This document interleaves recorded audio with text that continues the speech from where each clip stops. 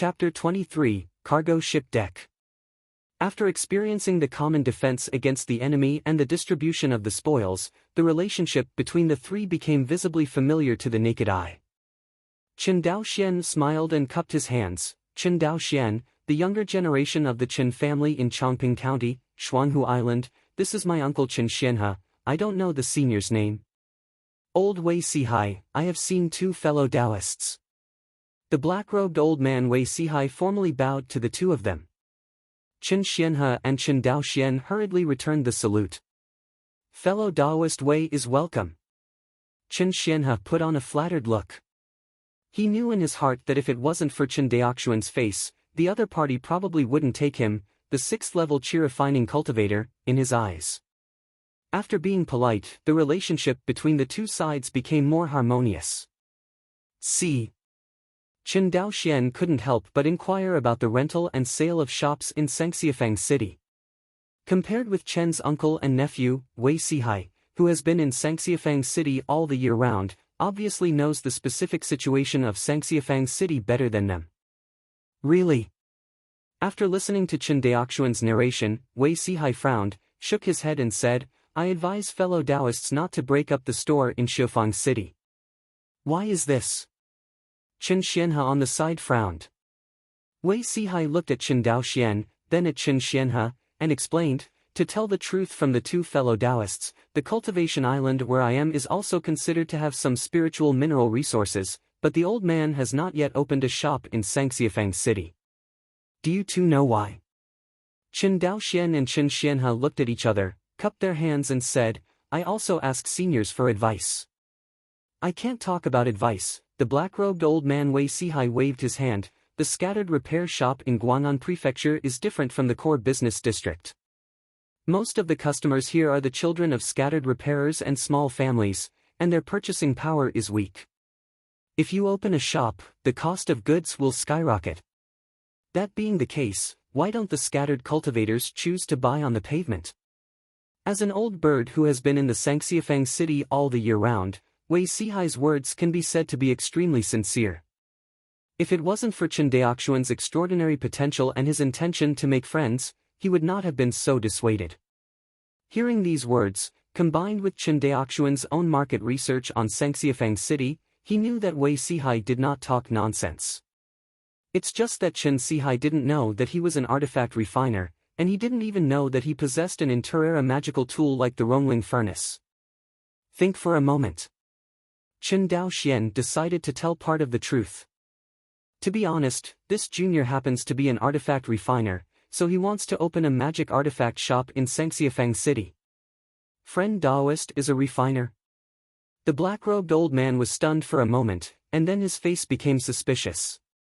Seeing that Wei Sihai was suspicious, Chen Daoxian did not explain, but showed a fire control technique in front of him. Fire control was one of the only two spells Chen Daoxian had mastered before he came to Guang'an Mansion, and he had long since cultivated to the realm of Deshang. I saw Chen Daoxian's palm. The flames change into various forms, ranging from common cats and dogs to various birds and beasts. Seeing Chen Daoxian's skilled fire control, Wei Sihai immediately believed 90% in his heart. Because apart from the alchemist and the alchemist, no one can master the fire control technique so skillfully. After all, cultivating the fire control technique is of no use to the increase of strength, but will consume a lot of energy.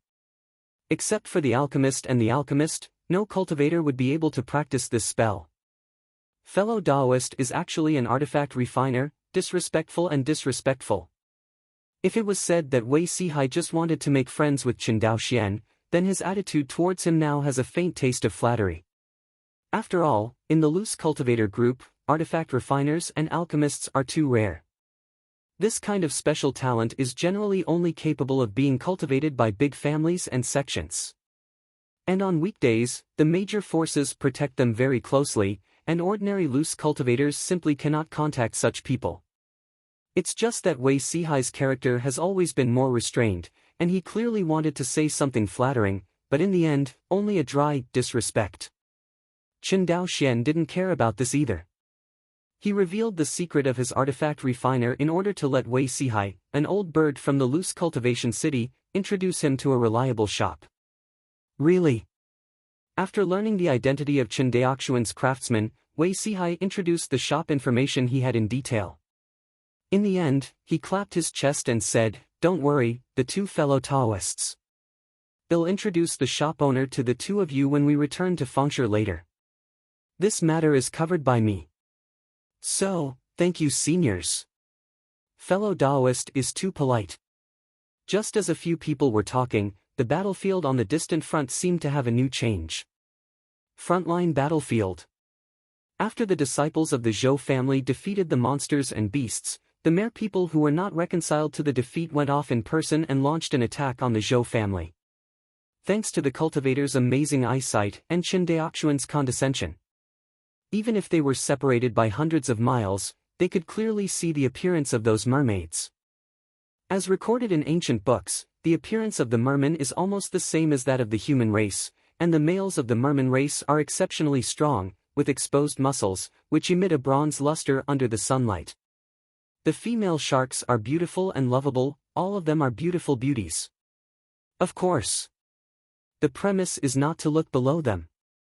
The mermen, regardless of gender, lost their human characteristics from the waist down, but instead kept a fish tail that was about 10 feet long.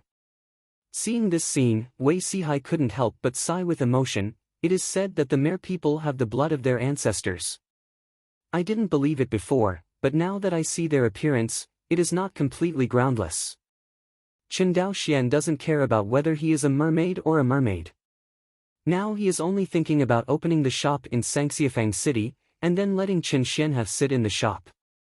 Then he went home to establish a workshop for refining tools, mass-produced magic tools, and used the productivity of industrialization to plunder the wealth of Wanxinghai.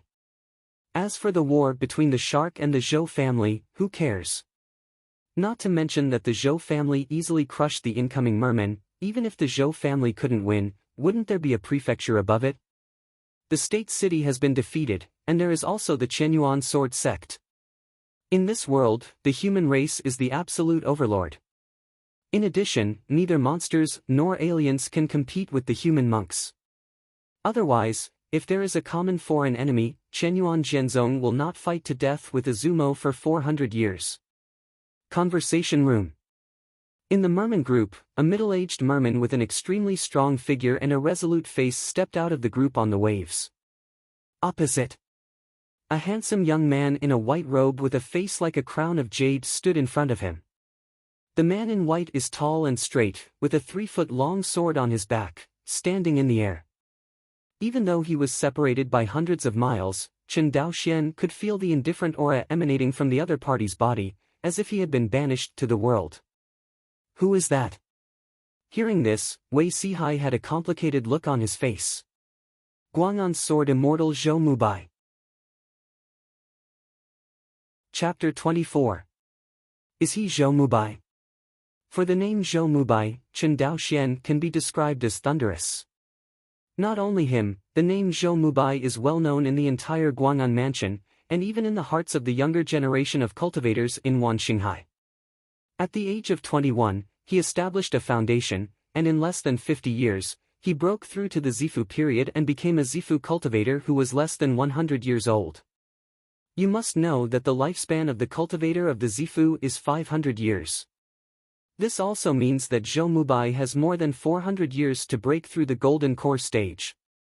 If nothing else, Zhou Mubai is very likely to break through the Jindan stage, and he is also known as the most promising cultivator in Guang'an Prefecture to become a Jindan real person in the past 500 years.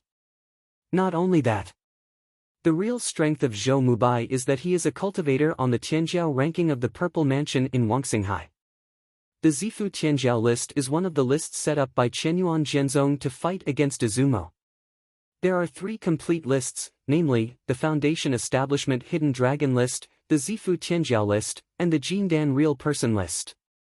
In Chen Daoxuan's view, what Qianyuan Zhenzong did was just to capture the cultivator's desire to be famous.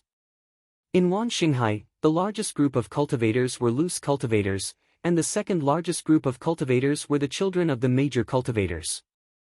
Although Qianyuan Jianzong is the ruler of Wanxinghai, it is impossible for all monks to fight to the death on the battlefield with a single order. Therefore, Qianyuan Jianzong came up with a way to attract monks to the battlefield with fame and fortune. Shuanghu Island's Qin family relied on the military merits to exchange from the Qianyuan Jianzong's inheritance of the refining equipment, the construction method of the ground fire room, and even the wind-chasing sword art and covering rain sword art. These are all benefits. And the Zifu Tianjiao list, which is famous all over the world, belongs to the name. What are monks practicing for? The first place is of course immortality. It's just that there have been hundreds of thousands of years in this realm without the birth of a Mahayana true immortal cultivator who ascended to the upper realm. For the vast majority of monks, the idea of becoming an immortal is nothing but an ethereal dream. In addition to becoming immortal, the second biggest goal pursued by monks is naturally longevity. And if you want to live long, you can't escape the demand for exercises and various cultivation resources. However, most of these things are occupied by Wan Xinghai's immortal clan and Qianyuan Jianzong.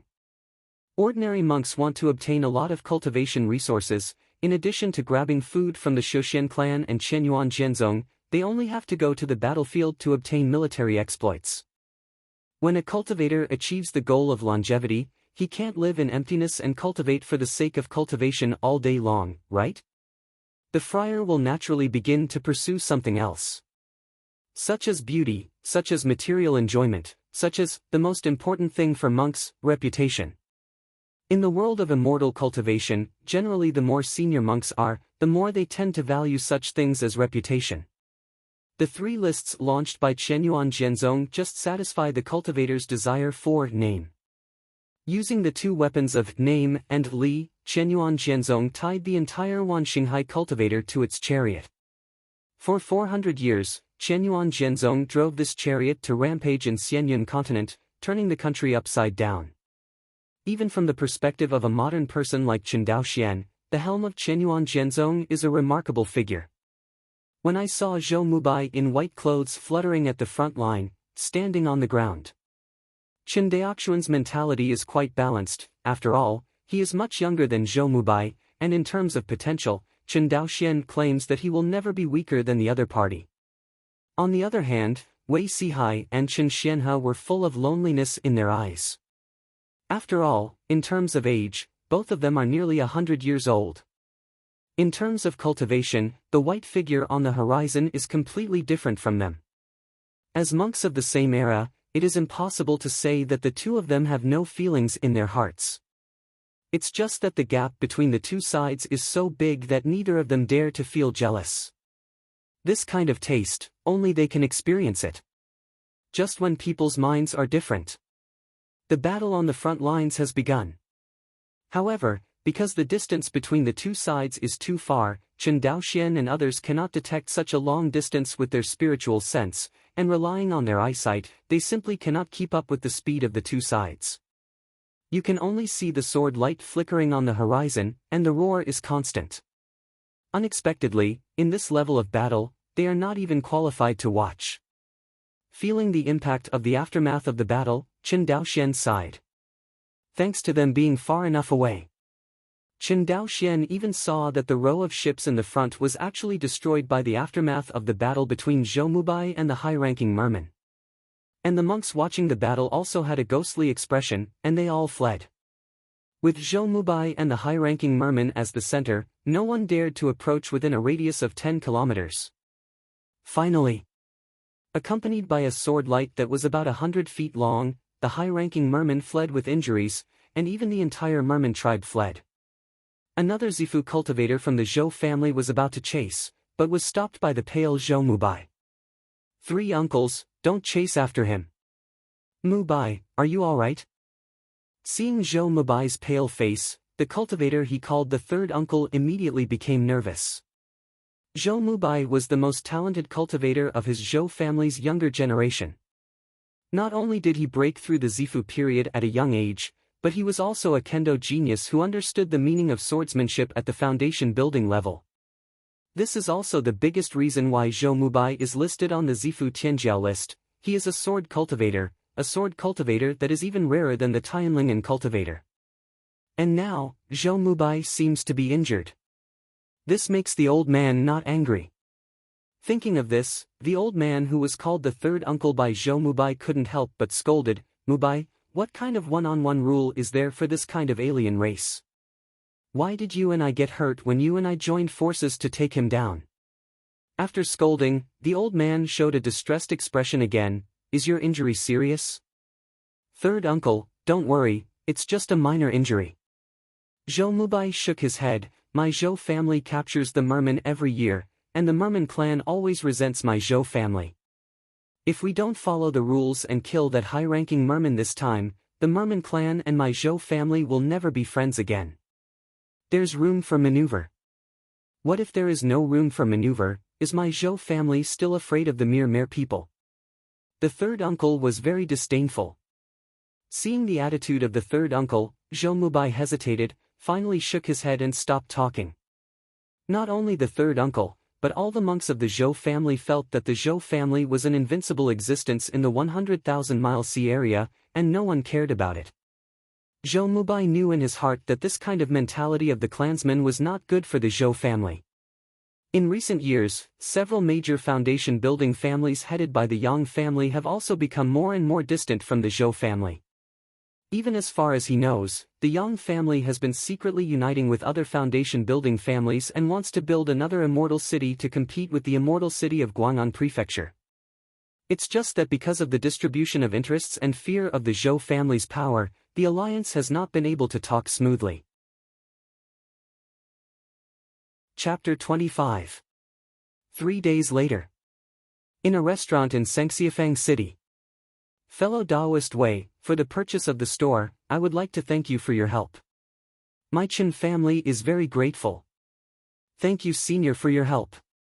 Chen Xianhe and Chen Daoxian raised their wine glasses, toasted a glass of wine to Wei Sihai, and said with a smile, "Everywhere, everyone is a friend, a trivial matter, a trivial matter."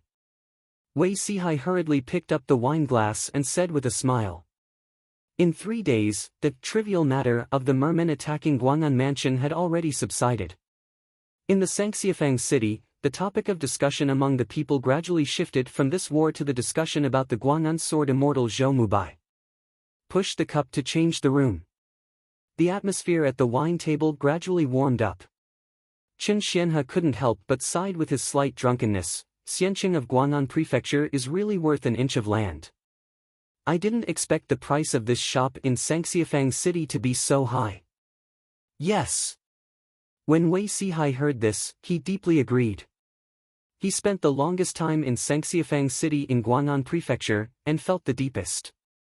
Actually, the shops in Sengxiafang City are quite good.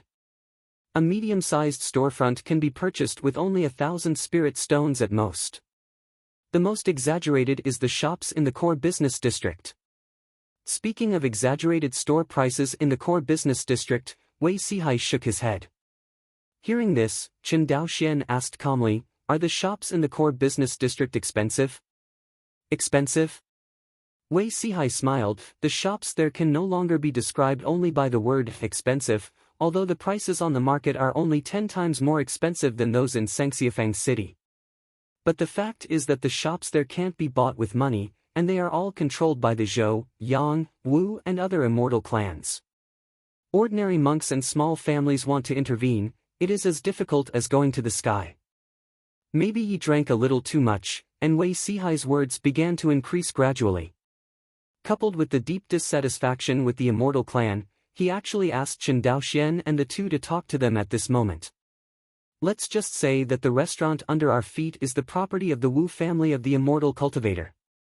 In Sengxiafang City, restaurants, inns, tooth shops, more than 90% are controlled by the cultivator. In the core business district, such a proportion has reached an exaggerated 10%. We have the largest number of loose cultivators and small clan children, but we get the least. How unfair." At the end, Wei Sihai smashed the wine glass on the wine table heavily. Hearing this, everyone was silent for a while. "Half an hour." Chen Xianhe said quietly, "Brother Wei, you are drunk." Hearing this, Wei Sihai suddenly broke into a cold sweat and woke up 7 or 8 points from drinking. It is not a wise thing to scold the immortal clan here loudly. Although almost all of the loose cultivators were dissatisfied with the immortal clan, none of them dared to pour their bitterness out in an open and honest manner. Because of the daring cultivators, they all disappeared without a sound. Seeing this scene, Chen Daoxian hurriedly raised other topics to avoid the embarrassment of the cold field. After half an hour. After the banquet was over, it was getting late. Chen Daoxian and 13th uncle Chen Xianhe walked back to the inn side by side, speechless all the way. Back to the inn. Just when Chen Daoxian was about to practice, Chen Xianhe knocked on the door. Uncle 13, is there something wrong so late? Well, let's go in and talk. Hearing this, Chen Daoxian hurriedly made a gesture of invitation. The two entered the room. Chen Daoxian thought for a while, and cautiously set up a soundproof formation. Daoxian, since the shop has been prepared, I will sit in the shop next, and leave the family affairs to you. Speaking of this, Chen Ziyan's eyes were complicated. Chen Daoxian's growth rate is far beyond his imagination, not only his personal strength, but also his level of refining. In the past few days, Chen Xianhe has long wanted to understand that Chen Daoxian is not the first-order low-grade craftsman he said, but a senior first-rank high-grade craftsman. Although he doesn't know why his nephew hides his clumsiness in front of him, from another perspective, Chen Daoxian understands the truth of Mu Xiu Yulin when he is only 16 years old. Prove that he is far more mature than he imagined. Thinking of this, Chen Xianhe felt a little relieved about the fact that he was about to hand over the power of the family to Chen Daoxian. The words fall. Chen Xianhe took out a seal from the storage bag. The whole body of this seal is black, with a strong aura on it, and it is actually a first-order high-grade magic weapon. This is the Patriarch's seal of my Chen family. Now, I will give it to you. Chen Xianhe handed over the black seal and said solemnly. Chen Daoxian took the seal and nodded solemnly. Finish explaining this. Chen Xianhe immediately asked, by the way, how did you do the purchase of supplies? Everything is ready, just wait for the ship to be loaded tomorrow, and you can return to Shuanghu Island. Chen Daoxian paused. This time we have taken out a total of 8,743 spirit stones from the clan library, of which I spent 100 spirit stones to purchase water spirit beads privately, and 500 spirit stones to purchase an inheritance of refining the wind and thunder array instrument. The shop spent 1,000 spirit stones, and the purchase of various materials cost a total of 6,721 spirit stones, and now I still have 422 spirit stones in my hand. Speaking of this, Chen Daoxian smiled bitterly. This is all our family's belongings. Hearing that the family's 300-year savings was actually spent on this trip, Chen Xianhe was mentally prepared, but still felt a burst of heartache. Seeing Chen Ziyan's ugly face, Chen Daoxian hurriedly comforted him. Uncle 13, these are the inevitable expenses for the development of the family. Besides, we will definitely be able to earn it back tenfold or 100-fold in the future. Hearing this, Chen Xianhe sighed, I hope so. As if thinking of something, Chen Xianhe took out a jade bottle from the storage bag. By the way, this is a little gift I bought for you in the core business district a few days ago, accept it. Chen Daoxian curiously took the jade bottle and opened it. A strong medicinal fragrance emanated from the jade bottle. Seeing this, Chen Daoxian quickly sealed the bottle. Gathering Qi Dan. It turned out to be a first-order mid-grade elixir that assists cultivators in the Qi refining period, Qi gathering pill.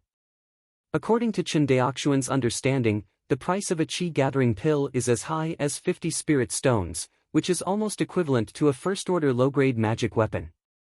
For such an expensive Qi gathering pill, there are actually 10 pills in the bottle. Dao Xian, when the family obviously had the ability to buy Tong my pill for you, I didn't buy it for you. Have you ever resented me in your heart? Why did Uncle 13 say this? Dao Xian has never thought of it this way. The price of Tong my pill is as high as 500 spirit stones. If it was me, I wouldn't buy such an expensive spirit pill for my descendants when my family could not make ends meet. Chen Xianhe shook his head, but do you know? When I saw you use the wind-chasing sword art of the Deshang realm a few days ago, I regretted it. Although 500 spirit stones are too many, I have delayed the cultivation time of a genius cultivator in my family for 5 years. Chen Daoxian didn't know how to answer this. Daoxian, I can see that your future path is farther than me or any ancestor of the Qin family, but Uncle 13 wants to ask you one thing.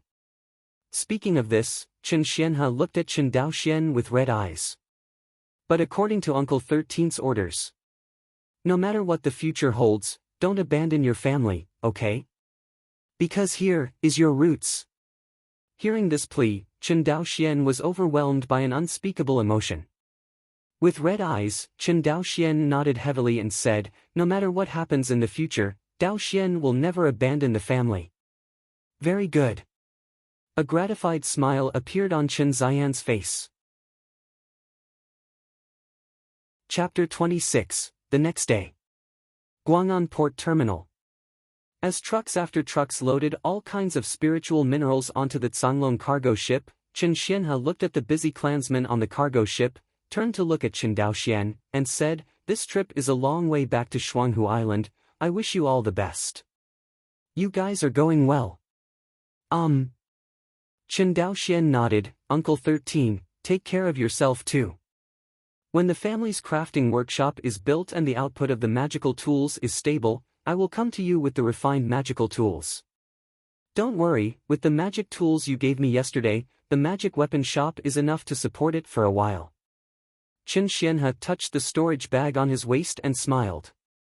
Chen Daoxian glanced at Uncle 13's storage bag, and thought to himself, this magic weapon is probably far from enough. The magic tools he handed over to Chen Xianhe yesterday are some of the fine magic tools that he has refined during his 5-year learning process. Among them, there are 23 first-order low-grade magic tools, 11 first-order middle-grade magic tools, and a total of 34 magic tools. In Chen Xian's opinion, these instruments are a huge amount, and the market value is about 3,000 spirit stones. Even due to the shortage of high-quality instruments in the market, the actual value may be higher.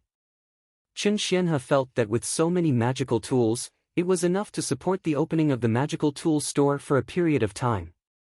But obviously, Chen Xianhe still underestimated the demand for high-quality instruments by the scattered cultivators in the immortal city of Guang'an.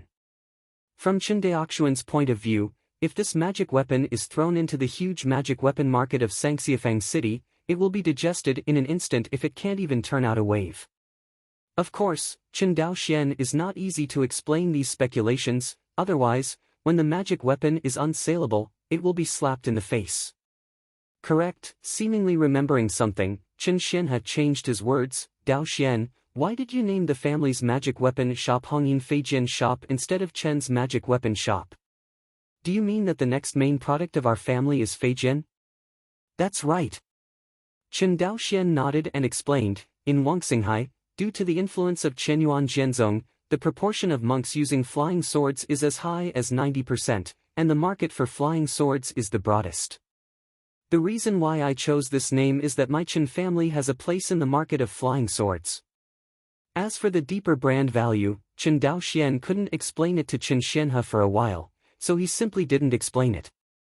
The commercial development of Xiancheng in Guang'an Prefecture is still at a relatively low level. No matter what the shops here sell, most of them have vague names. For example, Was Magical Item Shop, XX Pill Medicine Shop, XX Treasure House and so on.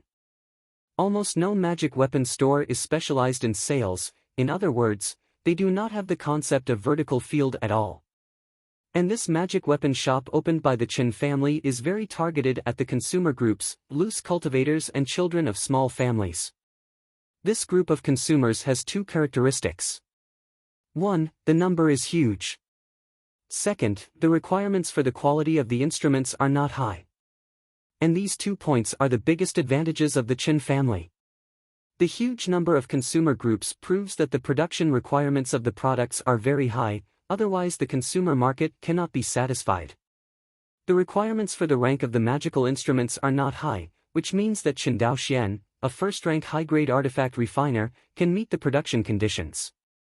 Coupled with the fact that the Chen family specializes in the sales of flying sword-like instruments, Chen Daoxian believes that the brand of Hongyin Feijian will be an instant hit.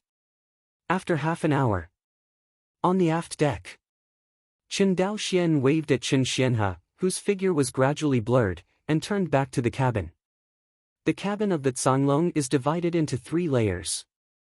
The first and second floors belong to the warehouse and are the largest in area. The third floor is the cabin for the crew.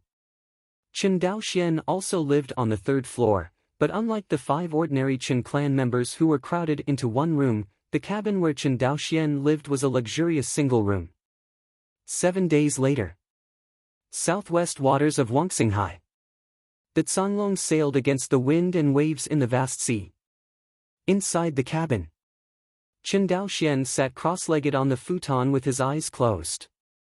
During the voyage of Wangxinghai, he could not practice Guiyuan Gong, so Chen Daoxian devoted all his energy to the practice of wind-chasing sword art.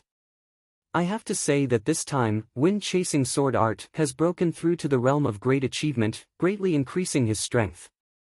Otherwise, only relying on that first-rank top-grade flying snow sword would at most only be able to injure the blood-spotted sea snake, and would not be able to kill it in one blow.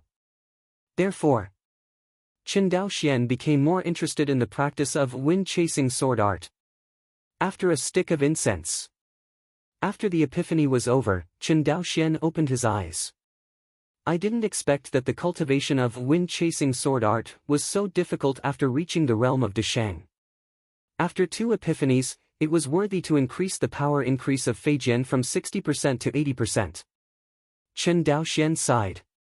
Actually, as early as the second epiphany, Chen Daoxian's wind-chasing sword art reached the realm of great achievement, and the increase in the power of the flying sword also reached 60%.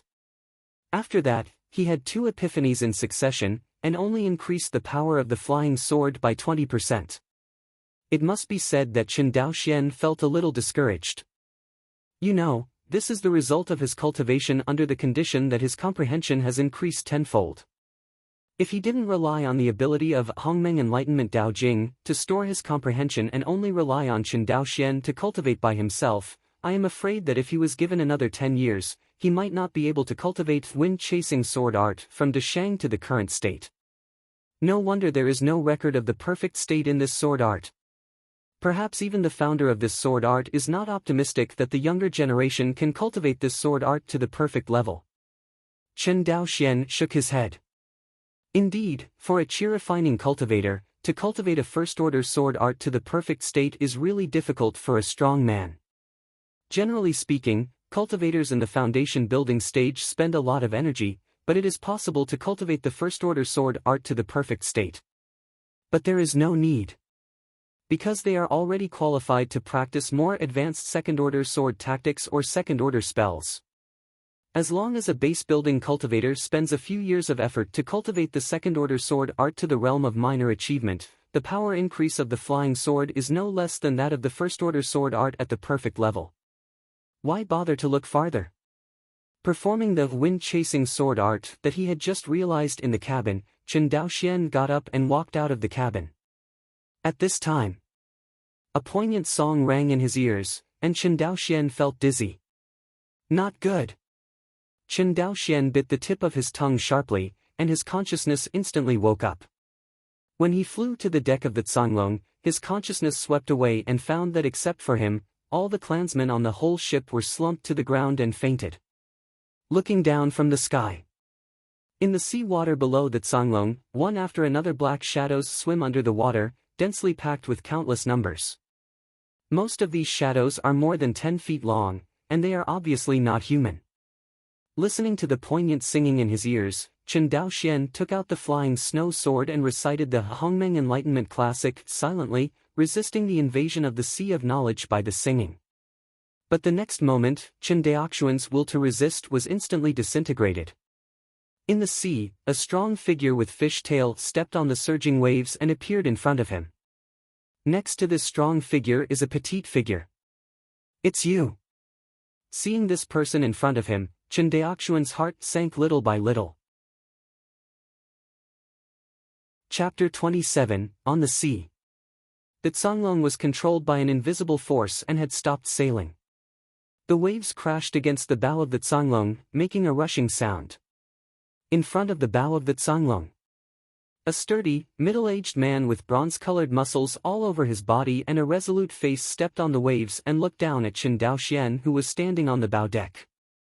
Mermaid. However, the merman in front of him seemed to be seriously injured, and there was a huge gap in his chest, and the sword energy was in between, making the wound difficult to heal. The merman in front of him was the one who fought against Zhou Mubai, the arrogant son of the Zhou family in Guang'an Mansion 10 days ago. Seeing this scene, Chen Daoxian had a hint of despair in his eyes. Not to mention the tens of thousands of mermaid ethnic groups under the sea. The two just stared at each other silently. A long time.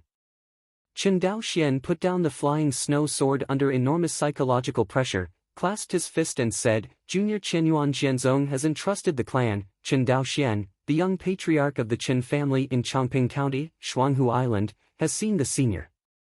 Don't blame him for pulling the banner of Qianyuan Jianzong, it is really too powerful for the merman in front of him, and Chen Daoxian can't compete at all. He estimated that this merman had at least a cultivation level above the middle stage of the human purple palace. Otherwise, it is absolutely impossible to fight Zhou Mubai on the Zifu Tianjiao list. As for the banner of the Zhou family in Guang'an Prefecture, did he think he didn't die fast enough? Really? Hearing the name Qianyuan Jianzong, there was a flash of fear in the eyes of the merman in front of him. Although his eyes changed quickly, he was still caught by Chen Daoxian's peripheral vision. Humph. Human monk, you don't have to use Qianyuan's sword sect to scare me. Little life saved. Hearing that the middle-aged merman was willing to speak, Chen Daoxian breathed a sigh of relief.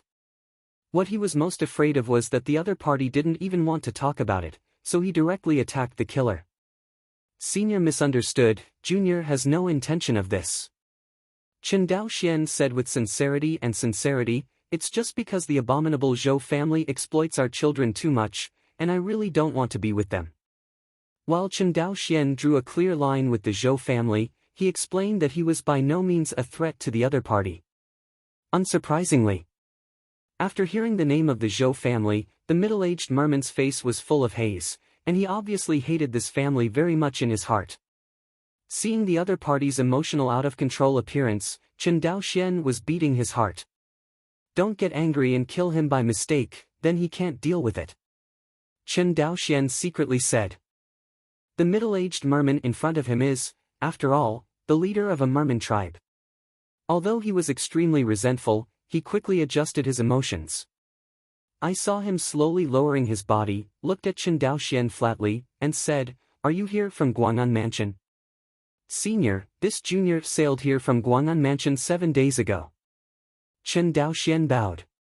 The middle-aged merman nodded noncommittally, and immediately seemed to find something, only to see him beckon lightly. A red spiritual ore flew out from the cargo hold of the Tsanglong, and he was holding it in his palm. It was the copper ore that Chen Daoxian bought in Xiancheng, Guang'an Prefecture. Although he didn't know what the other party meant, Chen Daoxian didn't dare to resist at all, so he lowered his head and waited for the other party's decision. Human monk, what is this? The middle-aged merman held the copper mine and asked. Senior, this is called red copper ore, which is a kind of spiritual ore. Chen Daoxian answered every question he had, and was very well behaved. Is this weapon in your hand made of red copper ore? The middle-aged merman pointed to the flying snow sword in Chen Daoxian's hand and continued. Senior, this flying sword in my hand is indeed made of spirit ore, but it's not red copper ore, but several other spirit ore.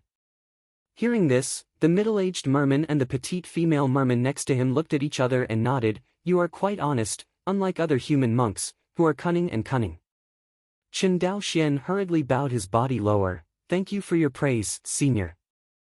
Okay, stand up straight and talk. The middle-aged merman waved his hand. Hearing this, Chen Daoxian breathed a sigh of relief.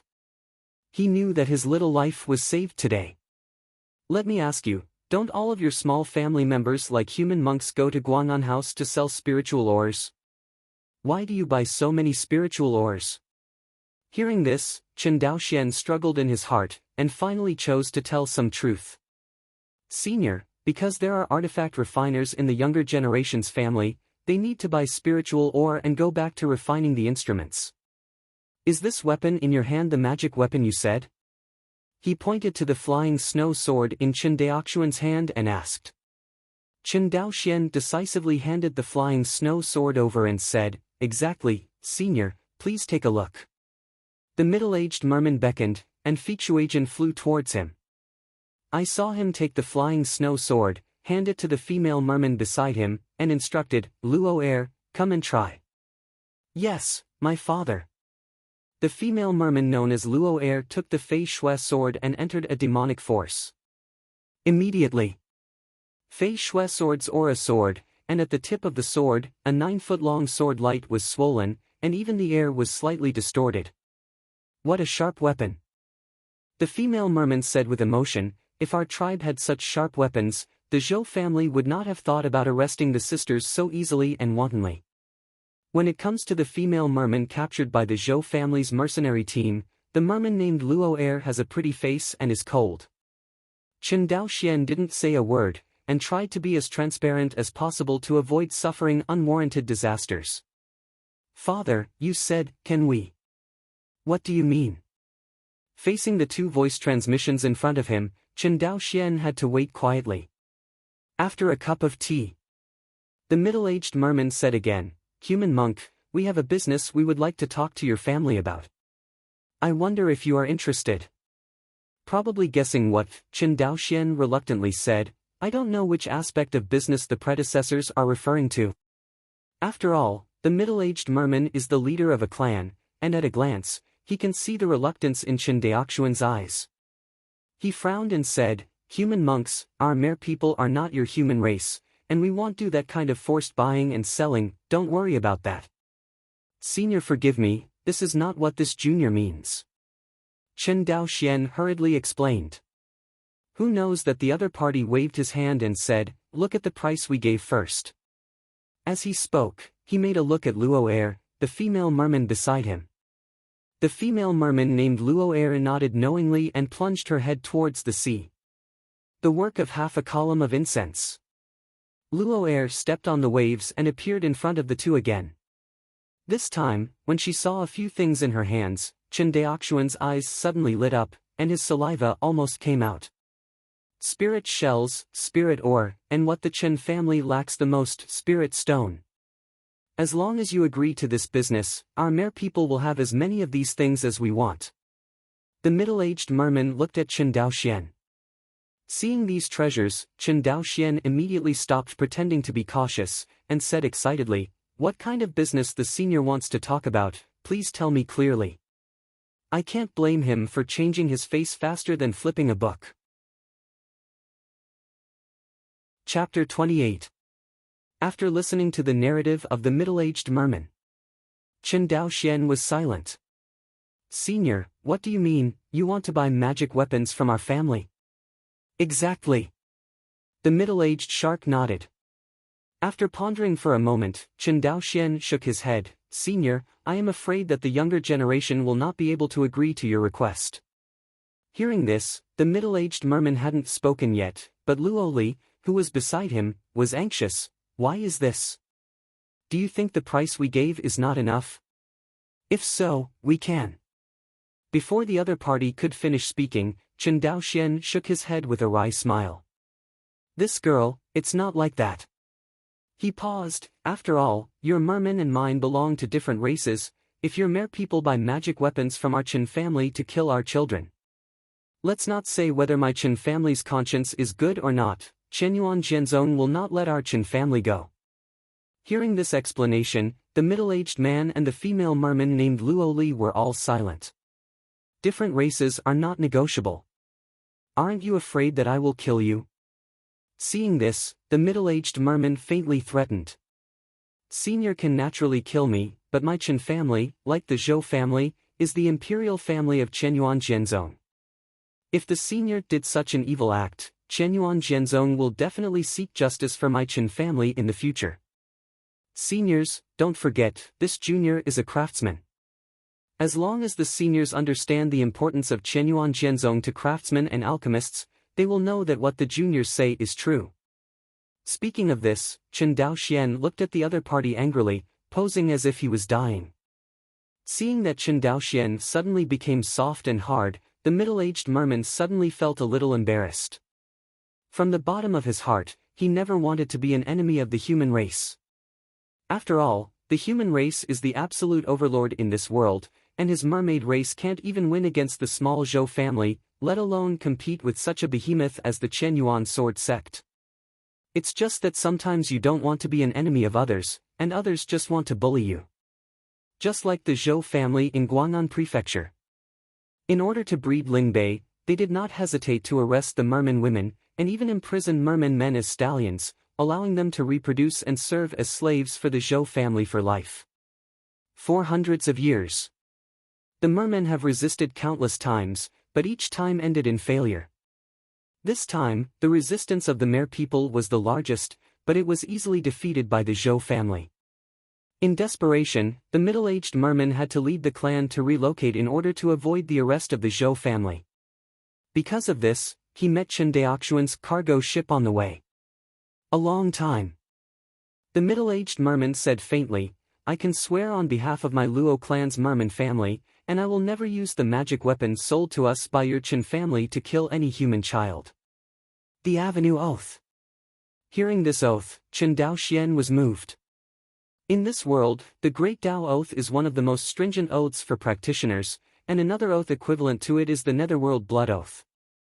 It's just that the Netherworld Blood Oath is vicious and abnormal. Even if it doesn't violate the oath, there is the possibility of backlash, so few people make this kind of oath.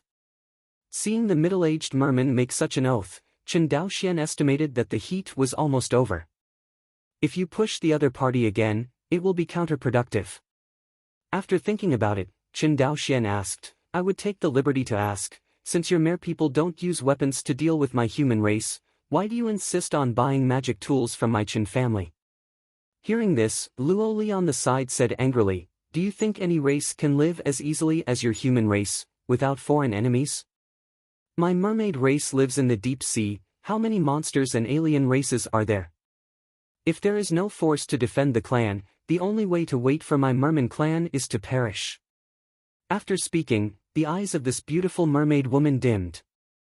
This time, the Zhou family forced the entire family to migrate, and there would inevitably be a war with other races in the underwater world, and it was unknown how many brothers and sisters would die by then. Thinking of this, Luo Li's expression became even more depressed. Chen Daoxian couldn't understand the hardships of the Mer people, but the monster chaos in Chongping County let him know that the world is not without danger, especially in the deep sea. Pretend to think for a moment. Chen Daoxian nodded in embarrassment, okay, since your mermaid is not buying weapons to deal with my human, then this business can naturally be done, but the specific price needs to be discussed carefully. With that said, Chen Daoxian took out 2 flying swords from the storage bag, the first-order low-grade flying swords and the first-order middle-grade flying swords. Look at it. Chen Daoxian handed the flying sword over. The two took the flying sword and examined it carefully. Luo Li frowned and said, you man, these 2 weapons are not as good as one, and neither is comparable to the one you showed us before. Hearing this, Chen Daoxian said with a smile, this is natural, and the price of the instruments is different for different grades. As he said that, he looked at the middle-aged merman and said, it's like the magic weapon that hurt the senior, it's totally expensive. Hearing this, the middle-aged merman remembered the flying sword used by Zhou Mubai, and nodded in agreement. If it is that weapon, it is indeed a priceless treasure. Hearing this, Luo Li's beautiful eyes lit up and she asked expectantly, does your Chen family have that kind of treasure to sell? Cough cough, Chen Daoxian coughed awkwardly, the girl is joking. Besides, my Chen family has a magic weapon of this level, I'm afraid you can't afford the price. That's right. Luo Li's voice gradually decreased. Seeing that the topic was being led off by the other party, Chen Daoxian hurriedly turned the topic back and said, these 3 instruments are first-order low-grade, first-grade middle-grade, and first-grade high-grade instruments. And their prices are 500, 1,000, and 2,000 spirit stones respectively.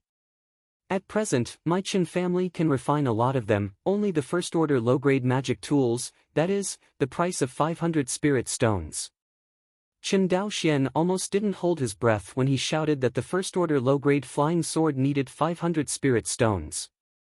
Just when he was about to accept the price bargaining of the mere people, Luoli said with joy, "This weapon can be bought for only 500 broken stones? This is too cheap. And this weapon, as long as it costs 2,000 stones, shouldn't you be afraid of us and deliberately say such a low price?" Hearing this price, Luoli immediately had a good impression on Qin Daoxian. He felt that the human race was different from the human race. Compared with the wicked people of the Zhou family, the young man in front of him was simply a good person. Hear this. Qin Daoxian felt that he seemed to underestimate the wealth of the underwater world. Not only him, all the monks in Wanxinghai may have ignored the great wealth of the deep-sea world. But if you think about it, it's impossible. The cultivator said that it was omnipotent in the sky, but Qin Daoxian knew that low-level cultivators simply did not have the ability to go to the underwater world to mine. According to Qin Daoxian's understanding, this world is obviously different from the spherical world of the previous life, and in terms of its vastness, it is even more difficult to know how many times it is away from the earth. In the same way, the depth of the sea in this world is not known to exceed the previous life by many times. In this way, the pitiful infuriating qi of the low-level cultivator could not resist the terrifying pressure brought by the deep sea at all. Therefore, the development of the underwater world has become nonsense. The mermen are different. They have special racial talents that allow them to survive in the underwater world freely, which other terrestrial races cannot envy. Thinking of this, Qin Daoxian's gaze towards Luoli suddenly became extremely eager. Chapter 29. Why are you looking at me like that? Am I wrong? Luoli felt a little hairy at the sight of Qin Daoxian, and said angrily. Cough cough, Miss Luo's words are bad. Qin Daoxian coughed and cleared his throat. Perhaps in the eyes of Senior and Miss Luo, the price of magic instruments is low, but we have already earned you money by selling them to you at this price. So Miss Luo doesn't have to think that I lowered the price of magic weapons because I was afraid of you. Qin Daoxian's businesslike appearance made Luoli not sure how to answer. Okay. Since we are both satisfied with the price of the magic weapon, let's trade at this price.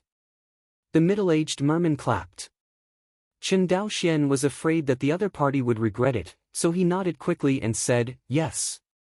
After the initial cooperation intention was reached, the atmosphere between the two parties was relieved immediately. The middle-aged merman pointed at the merman woman next to him, and said with a smile, "This is my daughter Luoli. From now on, she will represent my Luo clan and be responsible for the transaction of magical instruments between our two clans." After speaking, the middle-aged merman gave Luoli a look beside him. Luoli nodded knowingly, and slammed it from her waist, and a scale was buckled down by her. Human monk, this is the scale of my life. With it, you can contact me anywhere within a radius of 10,000 miles. Luoli's pretty face turned pale. After taking the scale, Qin Daoxian silently put it back into the storage bag.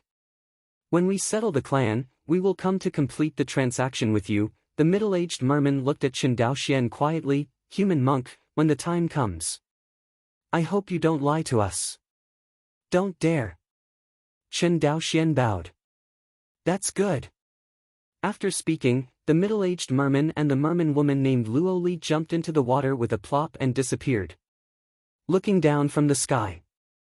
The dark crowd of mermen under the sea gradually faded away and eventually disappeared. After half an hour, the clansmen on the Tsanglong woke up one by one.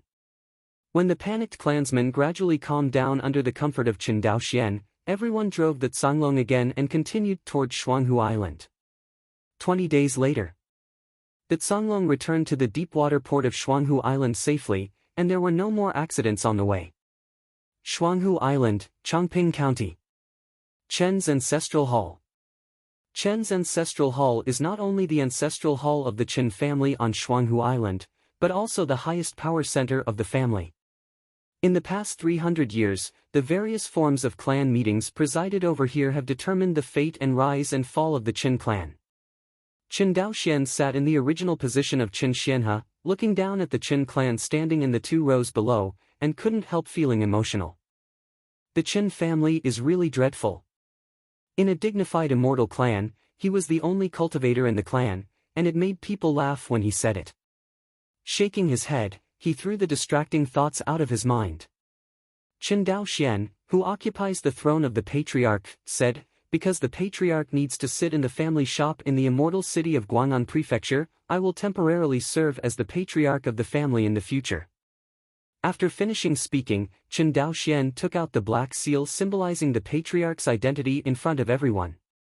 After listening to Qin Daoxian's words, everyone was not surprised.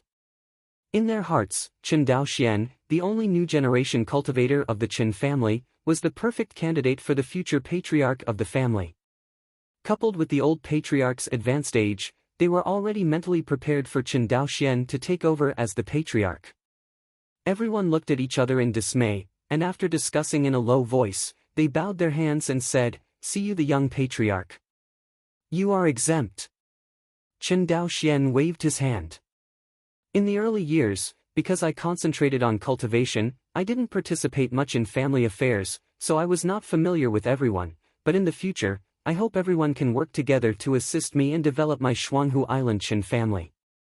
After hearing this, Qin Ji, the magistrate of Chongping County, who was ranked first in the right column, stood up and took the lead in bowing his hands, saying, "The county magistrate of Chongping County will definitely cooperate with the young patriarch, rectify the family affairs, and develop the family." Qin Daoxian nodded in satisfaction. Seeing this, Qin Liangyu, the former head of the copper mine in the first column on the left, was secretly annoyed. Such a good opportunity to show loyalty was actually snatched up by Qin Ji. Thinking of this, Qin Liangyu was unwilling to be reconciled, and quickly said, "We, the copper mine, are also willing to follow the orders of the young patriarch." "Very good. I can see everyone's thoughts." Qin Daoxian smiled and said, "Right now, there are indeed a few important things for you to do." Seeing everyone put on a look of listening intently, Qin Daoxian looked at the magistrate of Chongping County and said, "Qin Ji, subordinates are here." Qin Ji bowed and responded, "My Qin family in Shuanghu Island, how many households are there in total?" Chief Patriarch, Shuanghu Island has 774 households with a total of 3,873 people, including 597 households with a population of 2,987 in Chongping County, and 177 households in each village with a population of 886. The population of the village is so small, Qin Daoxian frowned. How was the family's food problem solved? Young patriarch, the food issue. In the past, the old patriarch bought food from Guang'an Prefecture to subsidize the clan. Seeing Qin Daoxian's unpleasant expression, Qin Ji said cautiously, "Then, what about the specific demographics of the family?" Hearing this question, Qin Ji was stunned for a while, and said with some uncertainty, "Dare to ask the young patriarch, what is the demographic structure?" Qin Daoxian knew that he actually said the words of his previous life in a hurry. So he explained with a calm expression, "It is the detailed proportion of the family population according to gender and age." This. Qin Ji was sweating profusely and was at a loss. He really didn't know this question. But it was obviously not the county magistrate's style to sit still, so he cupped his hands and said, "You young patriarch, the county government does not have statistics on the specific demographic structure of the family, but, as far as my subordinates know, my Qin family is young. The population has always been larger, and there are plenty of males." Qin Ji thought that Qin Daoxian was worried about the shortage of Chen's men, so he emphasized the characteristics of Chen's sufficient men. Who knows that Qin Daoxian was not happy when he heard this answer, but his heart became more and more heavy. The abundance of males means that there are not enough females and an unbalanced ratio between males and females. This means that the Qin family cannot expand the family population in a short period of time. The number of family members is directly related to the growth of the family cultivator group, which can be described as the lifeblood of the family. After rubbing his swollen head, Chen Daoxian finally knew how much pressure Chen Xianhe had put on himself over the years so that he could concentrate on cultivating and learning the artifact. Ignoring this question, Chen Daoxian continued to ask, "How many fields are there in the clan?" Hearing this question, Chen Ji breathed a sigh of relief. "Chief Patriarch, my Chen family has a total of 4,657 acres of fertile land. With so many fields, there are only 177 village households. Are the farmers farming?" This. Chen Ji wiped the sweat from his forehead, not knowing how to answer.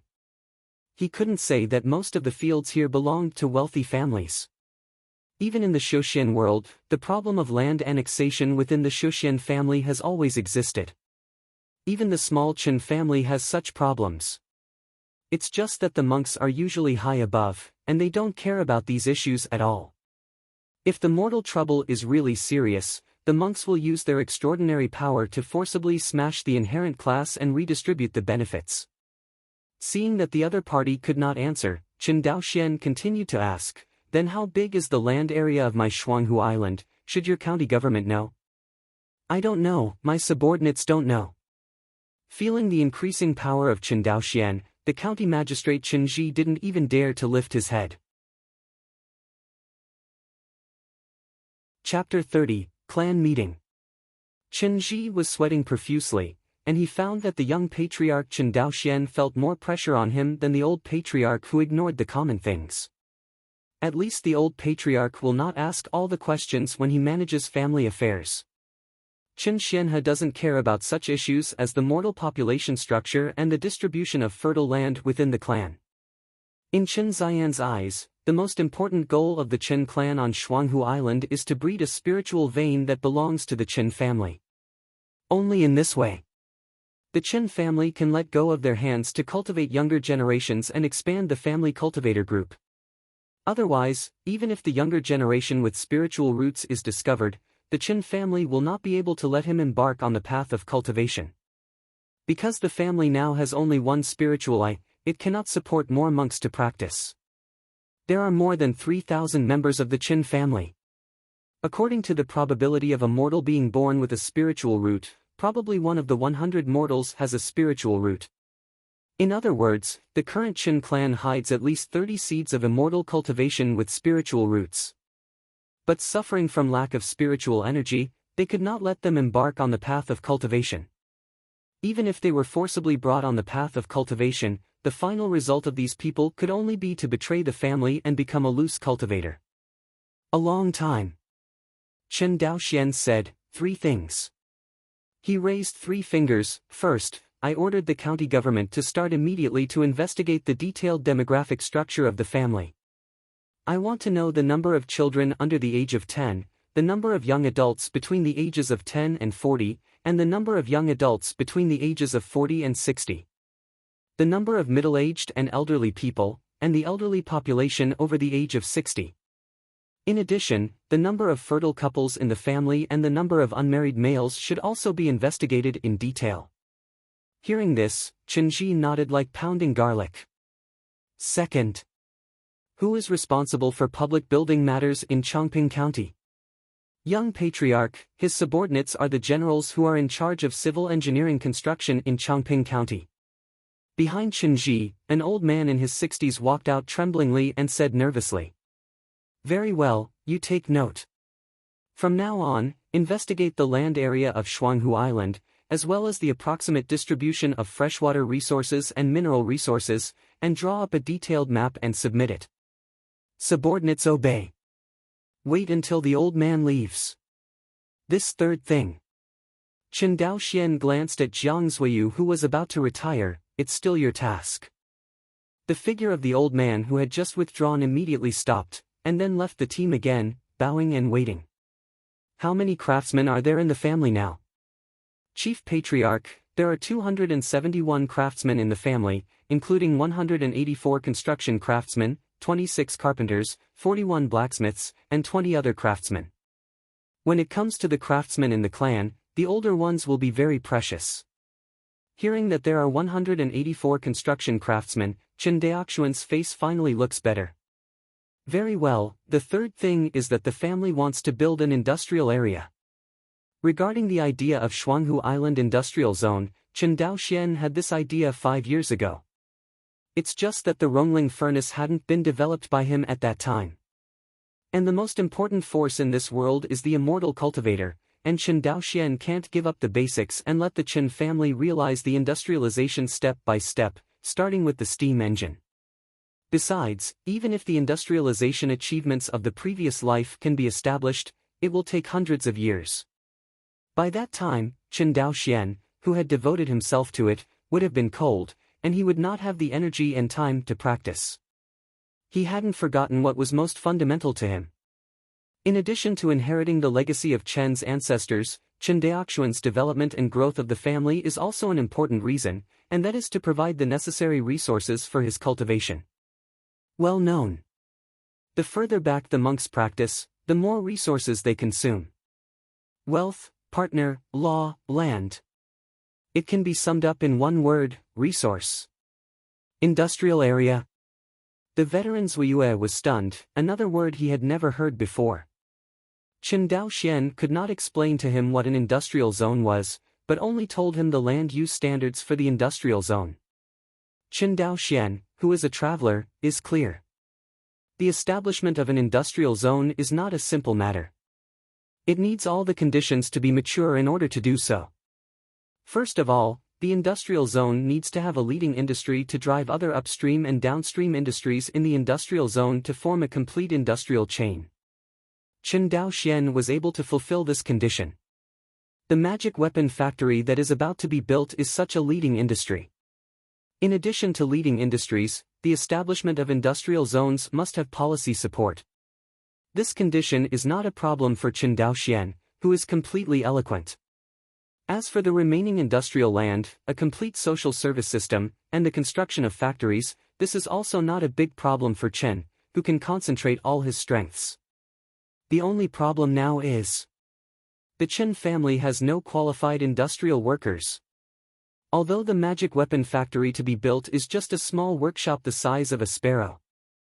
But Chen Daoxian estimated that at least 12 to 15 mature Rongling furnace operators would be needed to cooperate with him in order to produce instruments with maximum efficiency. Think of this. Chen Daoxian waved his hand and said, "Chen Yekeo and Chen Liangyu stay, and the others can retreat first." Everyone glanced at Chen Daoxian, then looked at each other again, and said, "Young patriarch, your subordinates retire.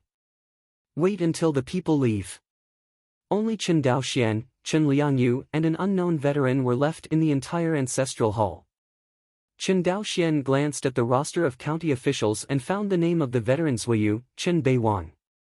As the head of the copper mine, Chen Liangyu is the person in the entire family who is most familiar with Chen Daoxian.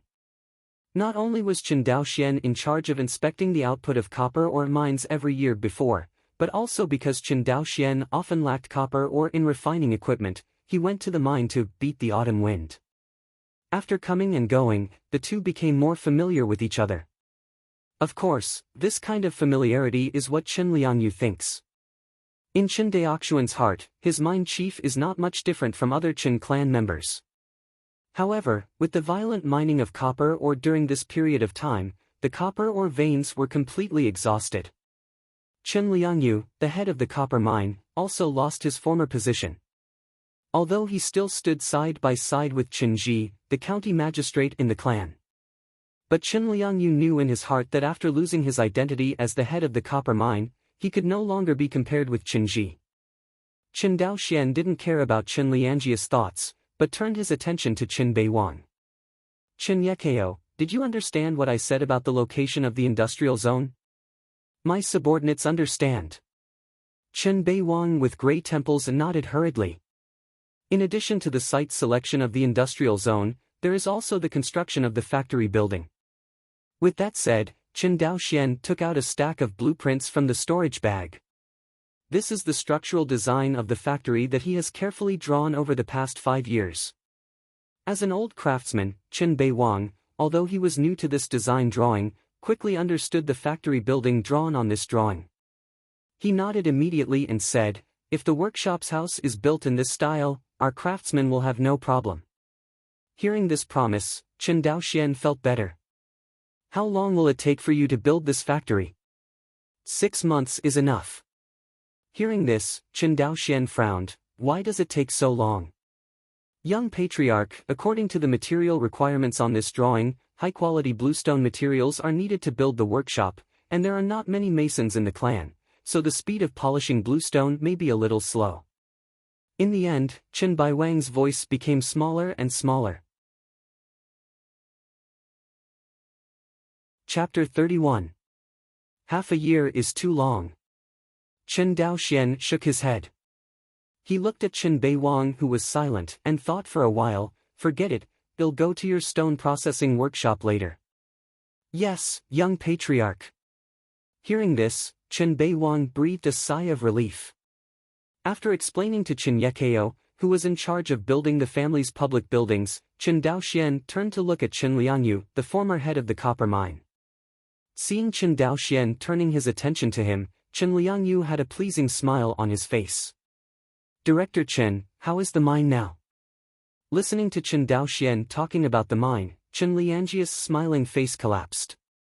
He said in a slightly complaining tone, Patriarch Ji Shao, all the mines have stopped working now, and the workers in the mines have all gone home to rest. Oh, by the way, the copper ore mined in the mine is kept in the storage room. During this time, I have been personally responsible for guarding, to ensure that there are no problems. After hearing these words, Chen Daoxian nodded non-committally. This is Shuanghu Island. All the people living on the island are from the Qin clan. In addition, only monks can use the copper ore. Ordinary people will naturally not steal the copper ore. However, after seeing that even though the copper mine is closed, Chen Liangyu is still sticking to the mine. This attitude is very satisfactory to Chen Daoxian. Thinking of this, his eyes softened a bit. Mr. Chen, you've worked hard for this time. Hearing this, Chen Liangyu said with a sincere expression, it's all for the family, I don't dare to praise the young patriarch. After pondering for a while, Chen Daoxian continued, well, they'll give you a new job. If this job is done, it will definitely be no worse than when you were the head of the copper mine in the future. Chen Daoxian saw what Chen Liangyu was thinking at a glance, and said with a smile, I don't know what you think. Hearing that a new errand was handed over to him, Chen Liangyu almost jumped up with joy. He forcibly suppressed the excitement in his heart, and said in a trembling voice, Chen Liangyu is willing to go through fire and water for the family, no matter what. You don't have to go through fire and water. Chen Daoxian waved his hand with a smile, and then his face became serious. I want you to select a group of 16 to 18-year-old males in your family, requiring literacy, smart and clever. You choose 15 people first, and gather in the family's fire room tomorrow morning. As ordered. Chen Liangyu cupped his hands and said excitedly. Watching Chen Liangyu leave, Chen Daoxian looked at Chen Baiwang, who was waiting on the side, and said, let's go to the stone processing workshop first. Yes, young patriarch. Chongping County, Stone Processing Workshop. As the only stone processing workshop in Chongping County, there are 3 types of stone bricks produced here. They are red stone bricks, white stone bricks, and the best quality bluestone bricks. Along the way, Chen Baiwang, an old craftsman, introduced Chen Daoxian as he walked. This is the family's stone workshop. Every household in Chongping County produces stone bricks from here. This workshop is only about a few hundred square meters, and there are only a dozen craftsmen working. Although everyone is tired and sweaty, the efficiency is still appallingly low. Chen Baiwang continued to introduce, our stone materials here require quarriers to extract raw stones from the mountains, and then process them into finished bricks through workshops. With that said, Chen Baiwang picked up a processed blue brick from the basket next to the craftsman and handed it to Chen Daoxian. Young patriarch, please take a look in front of you. This blue brick is about 7 inches long, 3 inches wide, and 2 inches thick. This is the best stone brick the Qin family can make. Compared with the ancient times of the earth, the Qin clan of Shuanghu Island does not seem to have mastered the method of firing adobe. Of course, this is also related to the fact that the various resources in the immortal world are much richer than the earth. There is no need for ordinary people to burn bricks at all, and all kinds of stone and wood are inexhaustible. It is also beautiful and practical, and burning bricks naturally looks very tasteless. Seeing the work efficiency of the group of craftsmen in front of him, Chen Daoxian finally knew why it took half a year to build a factory. It is not that the craftsmen who build the factory are slow, but the supply of raw materials is insufficient. After thinking about it, Chen Daoxian turned his head and asked, "Can the raw materials from the quarry be supplied?" After hearing this, Chen Beiwang didn't react for a while. After a while, he nodded sharply, "Yes. The work in the quarry is all brute force work, so it's easy to find someone." Finally heard good news. Chen Daoxian instructed, "Give you half a day, you go to Qinji, and let him organize the tribe to transport all the raw stones from the quarry back." Although he didn't know what medicine Chen Daoxian sold in the gourd, Chen Beiwang did not dare to disobey the young patriarch who had just taken control of the family. Soon, Chen Ji, who was organizing an investigation of the family's population, received an order from Chen Daoxian. Facing Chen Daoxian's order, Chen Ji did not dare to neglect. Immediately, they organized manpower to transport raw stones to the quarry. Fortunately, most of the mortals on Xuanhu Island were warriors of the mortal realm. In one afternoon, more than 3,000 square raw stones were transported back to the courtyard of the stone processing workshop by the Chen clan. Afternoon. Outside the courtyard of the stone processing workshop was full of onlookers. They were all temporary workers organized by Chen Ji to transport the stones. No one knew what the young patriarch was going to do. In the courtyard, Chen Daoxian looked at the mountains of blue stone in front of him, sighed in his heart, and wanted to be a coolie again. He slightly took a sip of Dantian True Qi, and the cyan stone was suspended in mid-air under the control of True Qi. Immediately after, the red shadow flying sword flew out of the storage bag, and the flying sword shone with aura. Brush brush. Sword lights shone in the courtyard of the stone processing workshop. Blink of an eye. The huge blue stone with a square meter was cut into small bricks by Fei Jin. This. Outside the courtyard, when the Chen clan saw this scene, they all had a ghostly expression on their faces. Although they knew that the monks were powerful, the fairy-like scene in front of them was beyond the limit of their imagination. Just as Chen Daoxian Fei Jin cut, the blue stone in the courtyard became less and less, and the blue bricks piled up more and more. Only one afternoon's work. The 3,000 square stones were all cut into blue bricks of good quality by Chen Daoxian by himself. Gollum. Chen Beiwang stood in the yard and swallowed unconsciously. He now finally knows why the patriarch of the Chen clan can only be a monk, not a mortal. With so many stones, even if all the masons in the Chen family work overtime, it will take at least several months to process all the stones into bricks. But now, it has only been 3 hours since the full calculation, and all the stones have been processed by the young patriarch alone. This kind of power of ghosts and gods can't be compared by mortals. Thinking of this, Chen Beiwang became more and more in awe of Chen Daoxian, the young patriarch.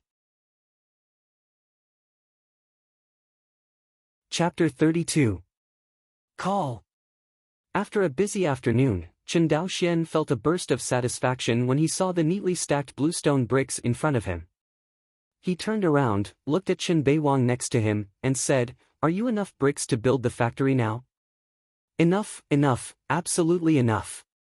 Chen Beiwang nodded stiffly. "Then, I ask you, Zhou Chao, to build the factory within a month. Can you complete this task?" "Can." Chen Beiwang glanced at Chen Daoxian, for fear that the other party would not believe him. He emphasized, "It's definitely possible." "That's good." Chen Daoxian nodded with satisfaction, and when he used the wind-controlling technique, he walked away in front of everyone. Before leaving, his voice sounded in Chen Beiwang's ear, "Don't forget to draw a map of Xuanhu Island." "Yes, young patriarch." Chen Beiwang bowed deeply and said. After a stick of incense, Chen Daoxian, who was riding in the wind, returned to his cave in the Copper Mountains.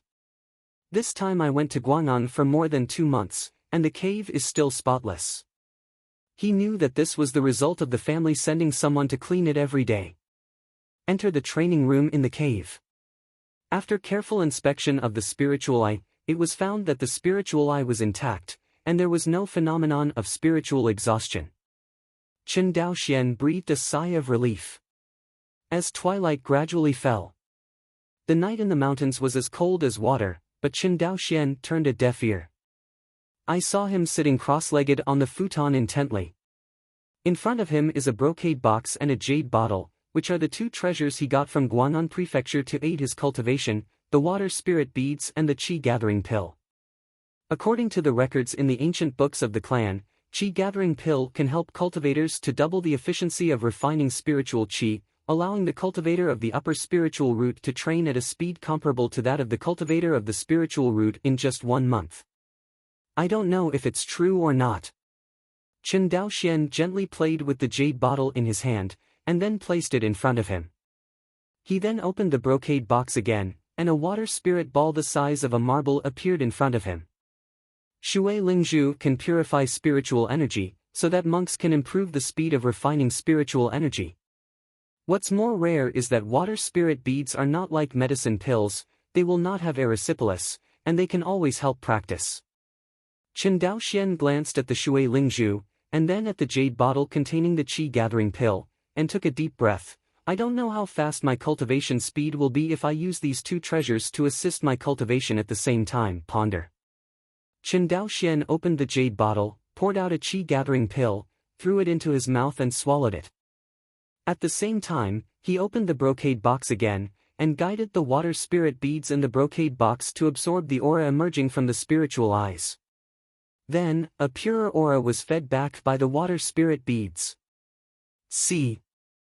Chen Daoxian didn't dare to waste the pure spiritual energy in front of him, and immediately started the Guiyuan Gong to absorb the pure spiritual energy exhaled by the water spirit beads. With this pure aura entering Chen Daoxian's body, immediately, every cell in his body cheered. The aura first enters the human Bodhis meridians from Tianling Baihui, and then runs through the meridians of the whole body, slowly refining the aura, converting it into true qi, and storing it in the dantian. Chen Daoxian has been carrying out such refining steps for more than 5 years. Chen Daoxian is confident that even if it is not consciously controlled, he can use his instinct to refine spiritual energy. But today, Chen Daoxian felt different. The speed of cultivation is really fast. If Chen Daoxian's usual speed of refining spiritual energy is 1 point, then the speed of refining spiritual energy today is a full 5 points. He didn't exaggerate in the slightest, the speed was just that fast. So much so that he faintly felt that the spiritual energy provided by the spiritual eye was somewhat insufficient. How come so fast? After running for a big week, Chen Daoxian opened his eyes and said with a shocked expression, "No wonder the cultivators are so fascinated by the elixir, and they attach more importance to the elixir than the magic weapon. If it were me, I would choose that too." No wonder he was shocked, the speed of cultivation was too fast. Compared with before, the results of his cultivation in the past 2 hours were on par with the usual 2 or 3 days of hard cultivation, and his cultivation speed was 4 or 5 times faster. Which monk in the world can resist this temptation? Thinking of this, Chen Daoxian did not dare to waste time, and continued to close his eyes to refine his spiritual energy. The next day, after feeling that the meridians began to ache, Chen Daoxian ended his day of practice. Last night, I actually practiced for an hour longer than before. After opening his eyes, Chen Daoxian counted the time with his fingers and said silently, "You must know that cultivators do not have to eat, drink or sleep every day. The more time they spend in the practice, the better. For monks, the daily practice time should be appropriate. The so-called appropriate amount of practice time depends on the physique of different monks. For example, Chen Daoxian, the best time for his daily practice is about 4 hours, that is, 8 hours. About as long as mortals sleep at night. Therefore, Chen Daoxian usually chooses to practice at night. If this time is exceeded, there may not be any problems in the short term, but in the long run, it will cause irreversible damage to the cultivator's physical meridians, making the road dusty." And last night, Chen Daoxian obviously exceeded the normal cultivation time. However, the reason why this happened was because he practiced so much last night that he neglected the practice time. Of course, the results of such selfless cultivation are also gratifying. Chen Daoxian found that at this cultivation speed, he would be able to break through to the 4th level of qi refining in at most half a year. After breaking through to the 4th level of qi refining, Chen Daoxian's strength must have a qualitative leap. At least his envoy Fixuajin will no longer be like the initial stage of qi refining, where he can only use a few swords, and his true qi will not be enough, and he will be slaughtered by others. He estimated that after breaking through to the 4th level of qi refining, thanks to the growth of infuriating energy and the skyrocketing spiritual awareness, he can at least kill the enemy with more than 10 swords before running out of infuriating energy. People are happy when they are happy. Chen Daoxian's cultivation went smoothly, his path was smooth, and the smiles on his face naturally increased. After half a column of incense. When Chen Daoxian flew to the family's old fire room with Yufengshu, he found that there were already a group of 16 or 17-year-old teenagers waiting on the Jade Square in the fire room. See this group of teenagers who are the same age as me. Chen Daoxian looked at Chen Liangyu with a smile, and said, "I'm sorry for making you wait for a long time." Hearing this apology, Chen Liangyu suddenly looked flattered and said, "Why did the young patriarch say this? It should be that we came earlier than the appointed time." Chen Daoxian had no intention of arguing with him on this topic, so he changed the topic and said, "Are these people the apprentices you hired?" Young patriarch, yes. Chen Liangyu bowed. These young men can read and are very clever, so they should be good enough to be used by the young patriarch. Although Chen Liangyu didn't know what Chen Daoxian's intention was to call these youngsters, but he knew that the time for Chen Liangji's transfer had arrived. Chapter 33. Squeak. Pushing open the heavy bronze door of the fire room, Chen Daoxian turned around and said, "Come in." Hearing this, everyone filed in.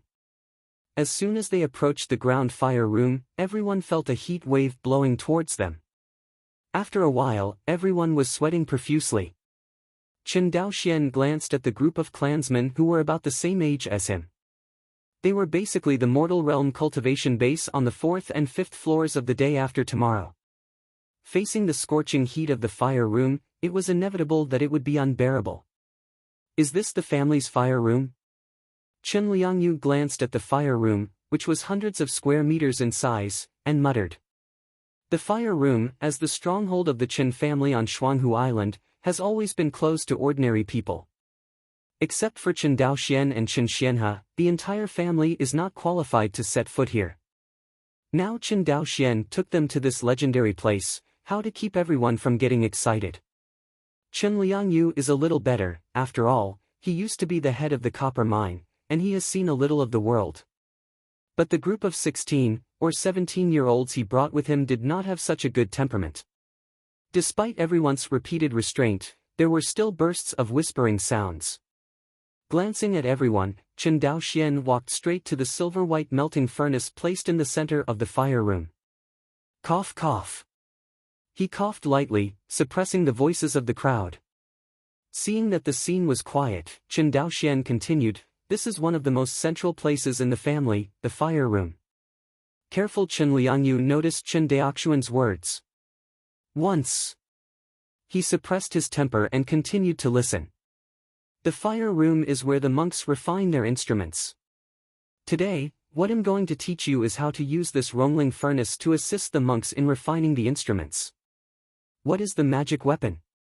Is it a baby used by immortals? I don't know. Chen Yunsheng, do you know? The young man named Chen Yunsheng was the eldest among the crowd, already 18 years old. Judging from its appearance, it is somewhat similar to Chen Liangyu, the former head of the copper mine who was standing in front of everyone. Hearing the clan's question, Chen Yunsheng pondered for a moment, and said, "The magic weapon is the weapon used by the immortals." Did you hear what the young patriarch did in the stone processing workshop yesterday? At that time, the young patriarch used the magic weapon. Ah! So that fairy sword is a magic weapon. Brother Yunsheng, you are amazing, you know a lot. Listening to the voices of discussion from the crowd, Chen Daoxian hadn't spoken yet, but Chen Liangjia's face sank. What are you arguing about? Why don't you listen carefully? And you, Chen Yunsheng, talk again and see how I'll clean up your kid when I go back. Chen Liangyu reprimanded in a low voice. Seeing this scene, Chen Daoxian didn't care much. After all, he was a young man. If every young man in his clan was as mature as him, it would be abnormal. Under Chen Liangjia's reprimand, the scene returned to quiet again. Seeing that everyone was quiet, Chen Daoxian began to tell everyone the operation principle of the Rongling furnace. Fortunately, Chen Liangyu selected all talented and intelligent young people, and the principle of Rongling furnace was quickly understood by everyone. As soon as Chen Daoxian finished explaining the principle of Rongling furnace, he saw a young man raise his hand. Do you have any question? He pointed at the boy who raised his hand. Less young patriarch, although he was ready to repeat it again and again, Chen Yunsheng still felt a huge pressure when he was asked by the young patriarch.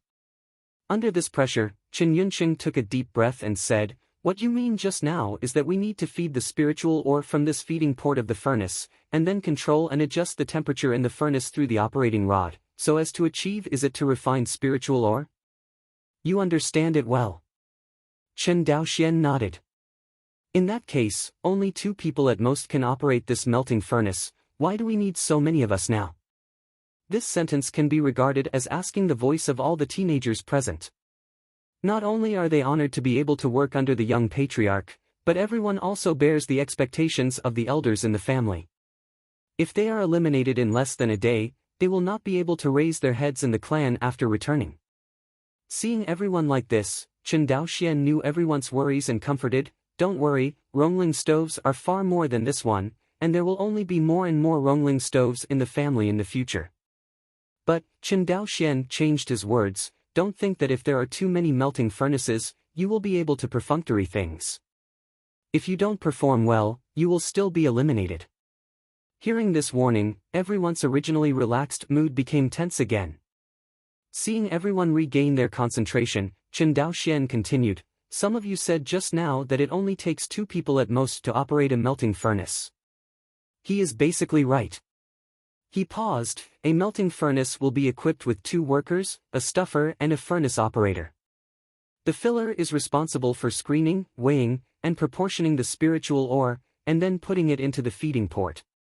The furnace operator is responsible for controlling the temperature of the melting furnace, refining the spiritual ore, and transferring the refined products from the furnace in time." Everyone can see from the operation process that the work of the filler is relatively simple, and any person can basically be competent, but it is the furnace operator that is difficult. The furnace operator not only needs to adjust the temperature of the melting furnace according to the time at any time, but also needs to take out the finished materials in the furnace at the right time, otherwise the spirit ore will become waste after being smelted in the furnace for a long time. After listening to Chen Daoxian's narration, everyone immediately understood the importance of furnace operators. Not surprisingly, no one wanted to be a stuffer, and everyone went to work as a furnace worker, especially after hearing that the monthly salary of a furnace worker was 3 taels of silver, twice that of a stuffer. Seeing everyone eager to try, Chen Daoxian smiled and said, "Don't be in a hurry to be happy. Let's watch me operate the Rongling furnace. These 3 taels of silver are not so easy to get." After finishing speaking, Chen Daoxian took out 2 kinds of spiritual ores, black iron and red copper ore, which were used to refine the red shadow flying sword from the storage bag. After skillfully putting the 2 well-matched spirit ores into the furnace, Chen Daoxian operated the melting spirit furnace. 15 teenagers formed a group and asked Chen Daoxian questions from time to time. Learning time is fast. In a blink of an eye. 4 hours passed. As a monk, Chen Daoxian doesn't feel hungry, but these teenagers are different. They are all mortals and need to eat. Although their hearts were hot, they were so hungry that their chests and backs were long ago. Seeing that learning is over, Chen Liangyu, who was temporarily serving as a logistics staff, brought a lunch box for everyone and said softly, "Young patriarch, let everyone have a meal and then learn." Ah! Hearing this, Chen Daoxian reacted, "Everyone has been studying for a day." Immediately, he said apologetically, "I was negligent. Everyone eats first, and after eating, I will continue to tell you about the technique of using the joystick to control the temperature." When the boys heard this, their eyes lit up and nodded hastily. Chapter 34. Next. A whole week. Chen Daoxian spent almost all of his time in the fire room, teaching the 15 teenagers the skills of controlling the melting furnace. Hard work pays off. Under Chen Daoxian's careful teaching and many young people's dedicated study, the results of this week are very gratifying, and some young people have been able to independently extract spiritual or materials. In the fire room, the heat wave hits people. A group of sweaty teenagers, topless, surrounded the Rongling stove, watching another teenager control the Rongling stove. Only different from a week ago. The boy who controlled the Rongling furnace this time was not Chen Daoxian, but the boy named Chen Yunqing. I saw Chen Yunqing staring intently at the Rongling furnace, turning his head from time to time to glance at the hourglass used for timing. Different from when the monks use the melting furnace, they can also use the consciousness to observe the state of the materials in the furnace, so as to adjust the temperature in time. When mortals use the Rongling furnace, they can only take timed and quantitative methods to adjust the temperature in the furnace in strict accordance with the production steps, so that the spiritual ore will not be smelted and discarded. Although he had done a lot of preparation in his mind, Chen Yunqing felt a lot of pressure when he got started. He glanced at Chen Daoxian not far away, and found that the other party pursed his lips and said nothing, without any intention of pointing. Seeing this, Chen Yunqing gritted his teeth, his heart was stunned, and he operated directly according to the operation manual given by Chen Daoxian, and stopped thinking about it. Minutes passed by. As the Rongling furnace ran smoothly as usual, Chen Yunqing's heart gradually eased. Seeing that the other party was no longer nervous, the corner of Chen Daoxian's mouth slightly raised an arc. He had originally planned to fail Chen Yunqing's refinement, but he did not expect that the other party would succeed the first time. Using the melting furnace to extract spiritual ore is not an easy task for mortals without spiritual consciousness. It is absolutely necessary to operate in accordance with the specifications in the operation manual, and there can be no single error. Obviously, Chen Yunqing did it. Through the spirit melting furnace, Chen Daoxian observed that a group of crimson liquids fused together.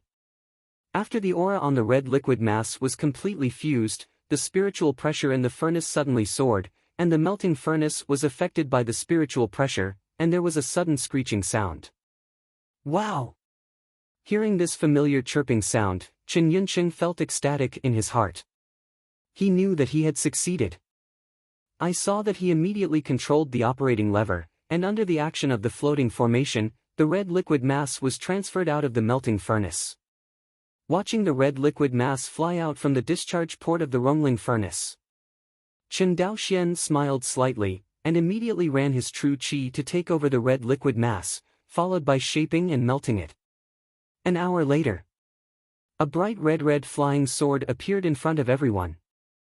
It was the first-order low-grade flying sword recorded in the family's weapon refining heritage, the Red Shadow Flying Sword.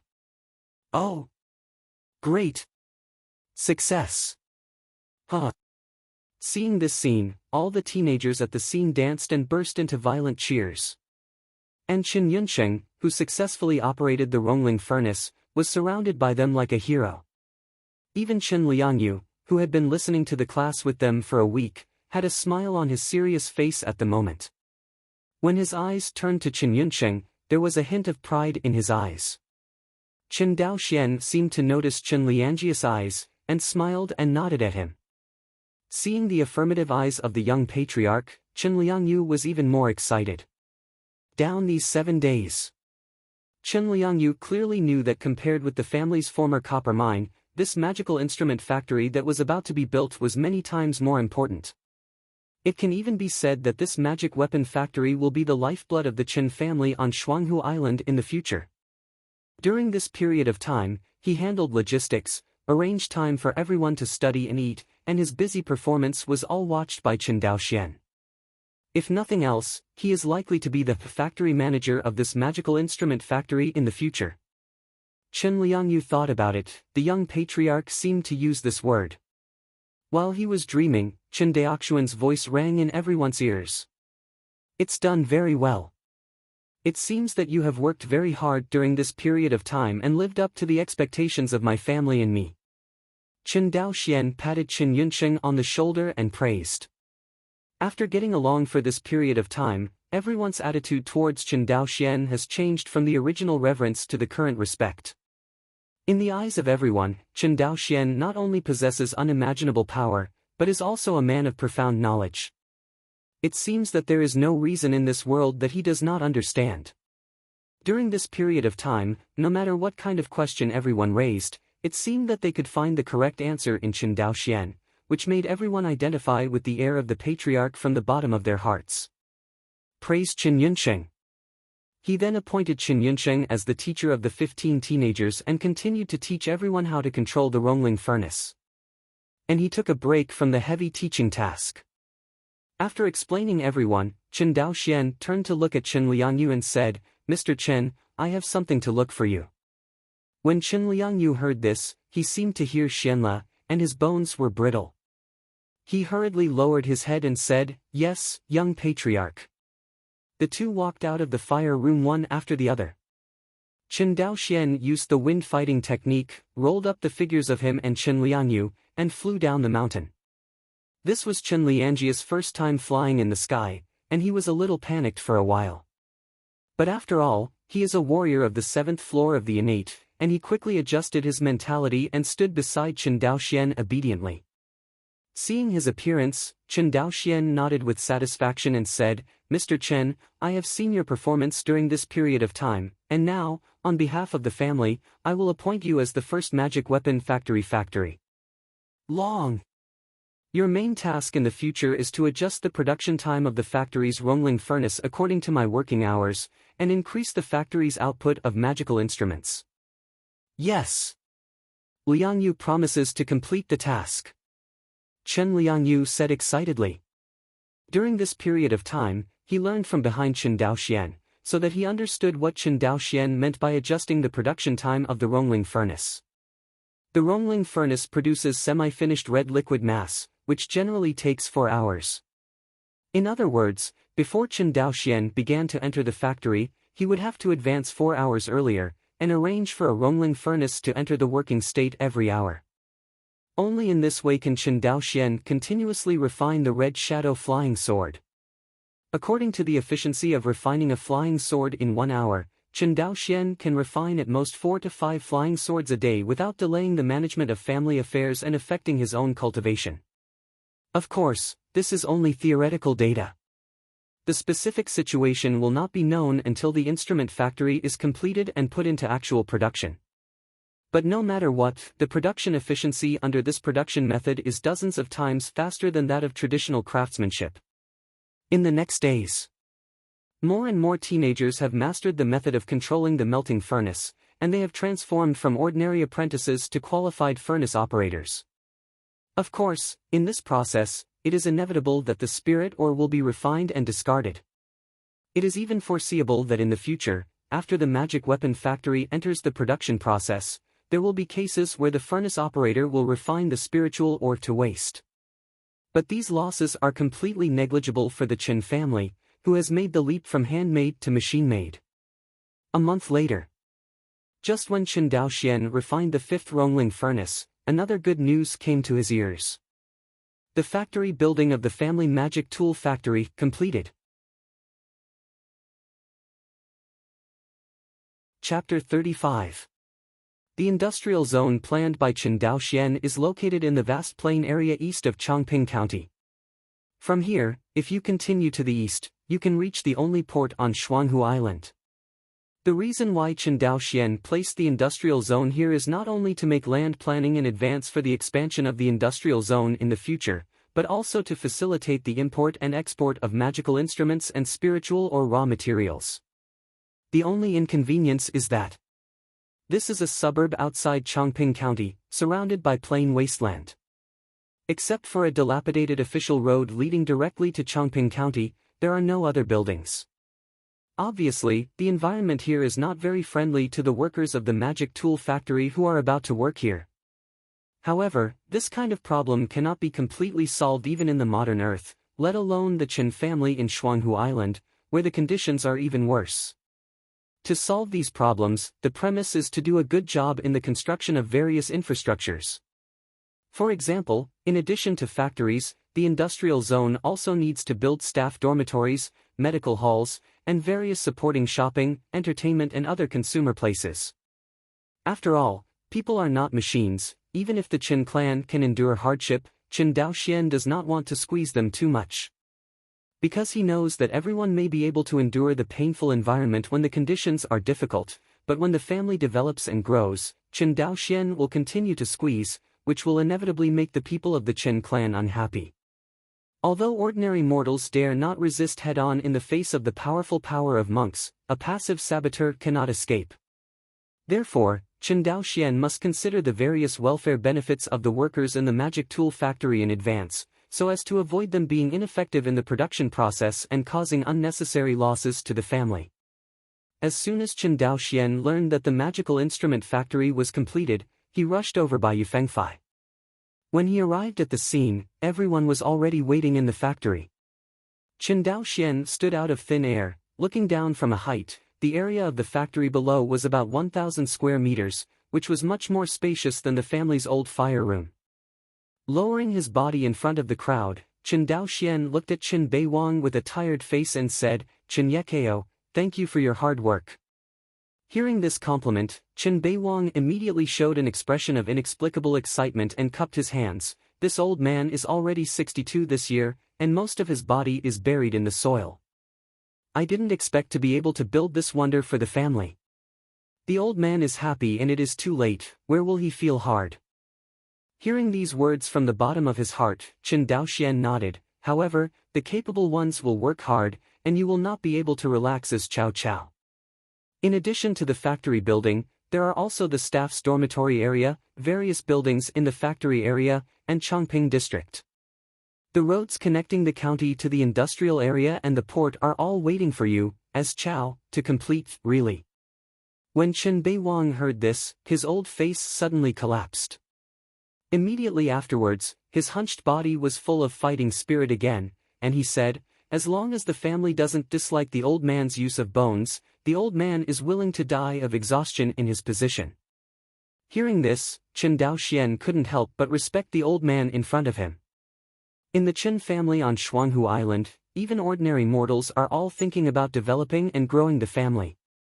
Such a family, why not be strong? After encouraging everyone, Qin Daoxian stepped into the factory building under the stars of a group of people. The internal structure of the factory building and the design drawings are generally the same. There are a total of 10 separate compartments, each of which is about 100 square meters. All the compartments are connected to each other, which is convenient for Qin Daoxian to go from the previous workshop to the next one. After some inspection, Qin Daoxian found that the Rongling furnace was about to be installed now.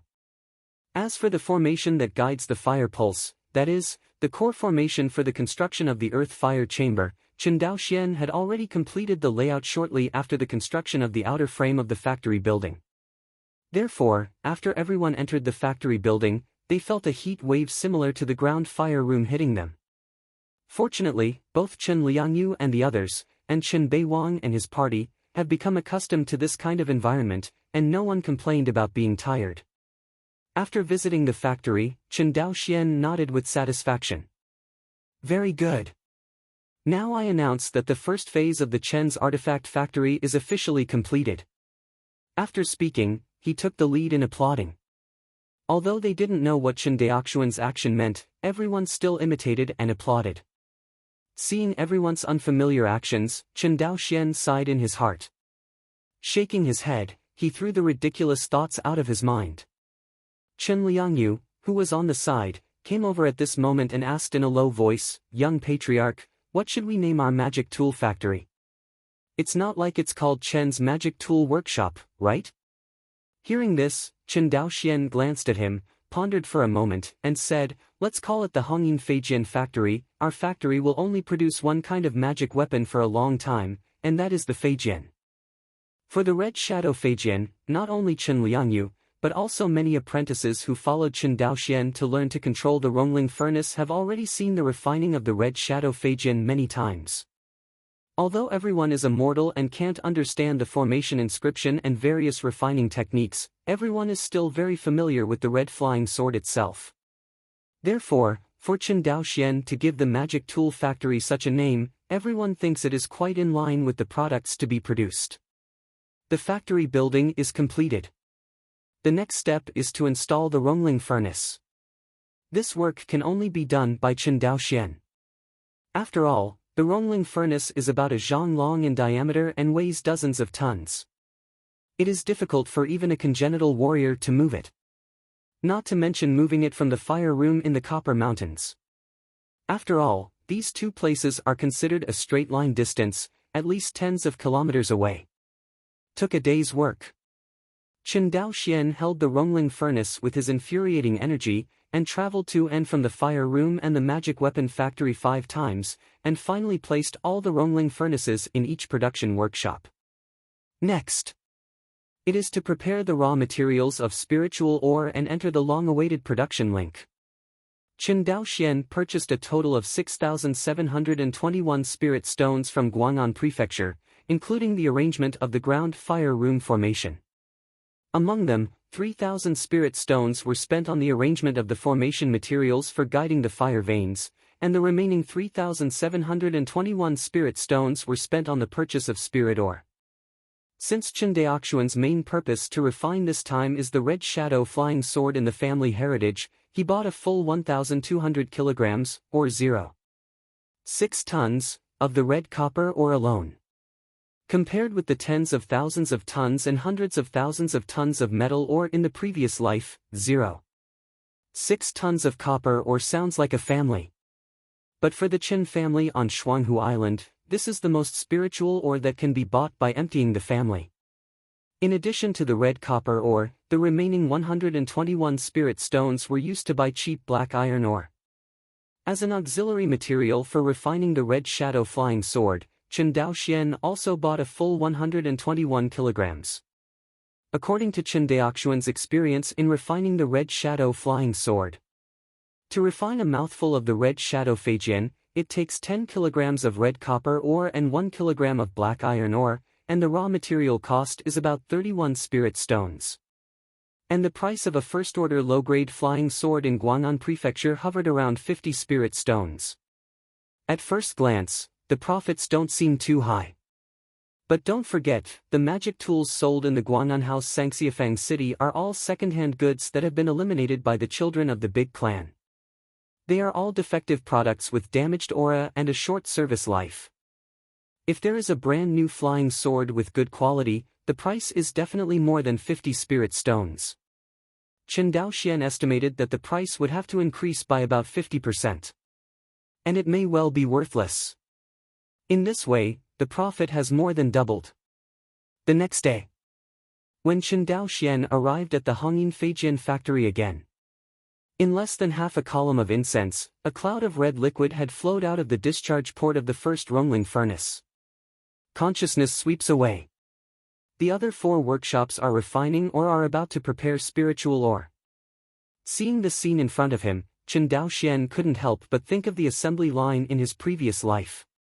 Although the assembly line of the Hongyin artifact factory was a bit slow, it was more than dozens of times faster than ordinary artifact refiners.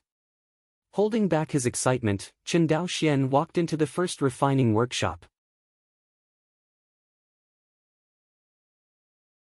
Chapter 36. Shape, Melt and Repeat. Soon. 5 hours passed. Call. Exhaling a mouthful of turbid air, Chen Daoxian only felt relieved. He has been refining tools for so long, and he has never been as happy as today. He found that when he replaced the most complicated and labor-intensive stage of refining materials in the refining tool with the melting furnace, the refining tool actually became extremely easy. It's like a strong man who originally carried several hundred kilograms of heavy goods unloaded 90% of his burden, and suddenly felt like walking like a fly.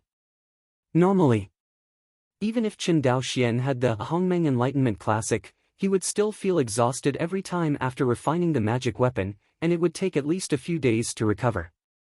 Not to mention ordinary refiners. As far as Qin Daoxian knew, even if a first-order high-grade artifact refiner wanted to refine a first-grade low-grade magic weapon, the fastest speed could only make one piece in 7 days. It's not that ordinary craftsmen really need 7 days to make a magic weapon, but after 3 days and 3 nights of continuous crafting, craftsmen need to meditate to restore their true qi and consciousness. It is good to say that infuriating medicines are more common after all, but spiritual consciousness is different. Every medicine that restores spiritual consciousness is expensive, and if you are unlucky, you will not be able to buy them. So in general, it's not bad that an ordinary artifact refiner can refine a first-order low-grade magic weapon in 7 days. Moreover, the frequent refining of the artifact by the artifact master will inevitably delay his own cultivation. You know, for monks, the biggest pain is to delay their own practice. Therefore, the immortal clan and sect in the immortal cultivation world can only use auxiliary treasures such as medicinal pills to make up for the training time delayed by the refining master. This is another huge expense. This is also the reason why the Shouxian family and the sect have the ability to train more refiners, but they often only train refiners who meet their own needs, and then do not continue to train them. Because wanting to make money by refining low-level magic tools by an artifact refiner is simply an unrealistic thing. The profit of low-level magic tools is inherently low, and it takes a lot of resources to train a craftsman, and the consumption of craftsmanship is huge. Therefore, no cultivation force is willing to do this. The consumption here refers not only to the consumption of raw materials such as spiritual ore, but also to invisible consumption, such as the consumption of medicinal herbs for the refiner to restore his true energy and assist his practice. It is almost impossible for a loose cultivator to become an alchemist or an alchemist. First of all, there is no inheritance, and secondly, there is no one to teach, and the most important thing is that the poor scattered practitioners can't even handle the spiritual energy of cultivation, and there is no money left to play such a high-level skill as weapon refining. It is much more reliable for them to learn to be a spiritual planter than this. At least learning to be a spiritual planter will not consume such a large amount of resources. Therefore, this is also the reason why the majority of loose cultivators lack magical tools and have to use other people to eliminate them. However, this situation, it was completely smashed by the cross-generational product of the Rongling furnace. Today, only 5 hours. The newly built Hongyin Feijian factory produced 5 Feijians. That's right, everyone is in a better state than Qin Daoxian expected. So many people work on average for 4 hours each, and there is not a single worker who makes a mistake. It was a good start for Hongyin Feijian factory, which produced 5 Feijian in 1 day. Compared to a common weapon refiner refining a magic weapon in 7 days, Qin Daoxian's production efficiency is exactly 35 times that of the other side. This is the power of industrial water production. Qin Daoxian knew that his current achievements were not even compared to the completely intelligent and automated factories in his previous life, but in this world where alchemy relies entirely on hands and alchemy relies entirely on fire, he is already the world's top productivity representative. Although the instruments produced by their instrument factory are of relatively low grade, and the varieties are very simple. But as far as the current results are concerned, he firmly believes that the direction of development he has chosen is completely correct. Checked all the red shadow flying swords and found that there was no problem. Qin Daoxian's face was full of smiles. Inside the factory, for a whole day, Qin Liangyu solved logistical problems and work schedules and other sundries for everyone almost non-stop. It can be said that Qin Daoxian can cooperate so well with everyone today, and the factory production is so smooth. Qin Liangyu has contributed greatly. Otherwise, no matter which link has a problem, it will delay the entire assembly line, thereby affecting production. Wiping the sweat from his forehead, Qin Liangyu approached Qin Daoxian and said, "Young patriarch, you have worked hard." Seeing that the young patriarch personally fought on the front line of production for the development of the clan, Chen Liangyu sincerely admired it. Of course. Chen Daoxian also didn't want to enter the factory after crossing once, even though the factory belonged to the family, and the family was under his control. But now that you're the boss, who wants to work part-time? Chen Daoxian personally went to the front line. That was no way. Who called the entire Chen family to be the only one refining master? Seeing Chen Liangyu sweating profusely, Chen Daoxian shook his head and said with a smile, "It's not hard work. By the way, how are the preparations for the refining equipment tomorrow?" Chen Daoxian asked casually. "It's all ready, just..." After finishing speaking, Chen Liangyu looked like he was hesitant to speak again. "If you have something to say it directly, don't hesitate." Chen Daoxian frowned, slightly dissatisfied. Hearing this, Chen Liangyu sighed and said, "Young patriarch, now we only have more than 1,800 caddies of red copper ore in our factory warehouse. According to today's consumption, it will be completely consumed in more than a month at most." Saying that, he secretly raised his head and glanced at Chen Daoxian, and seeing that there was no strange color on his face, he felt a little relieved. "Ugh," Chen Daoxian sighed, "this is also impossible.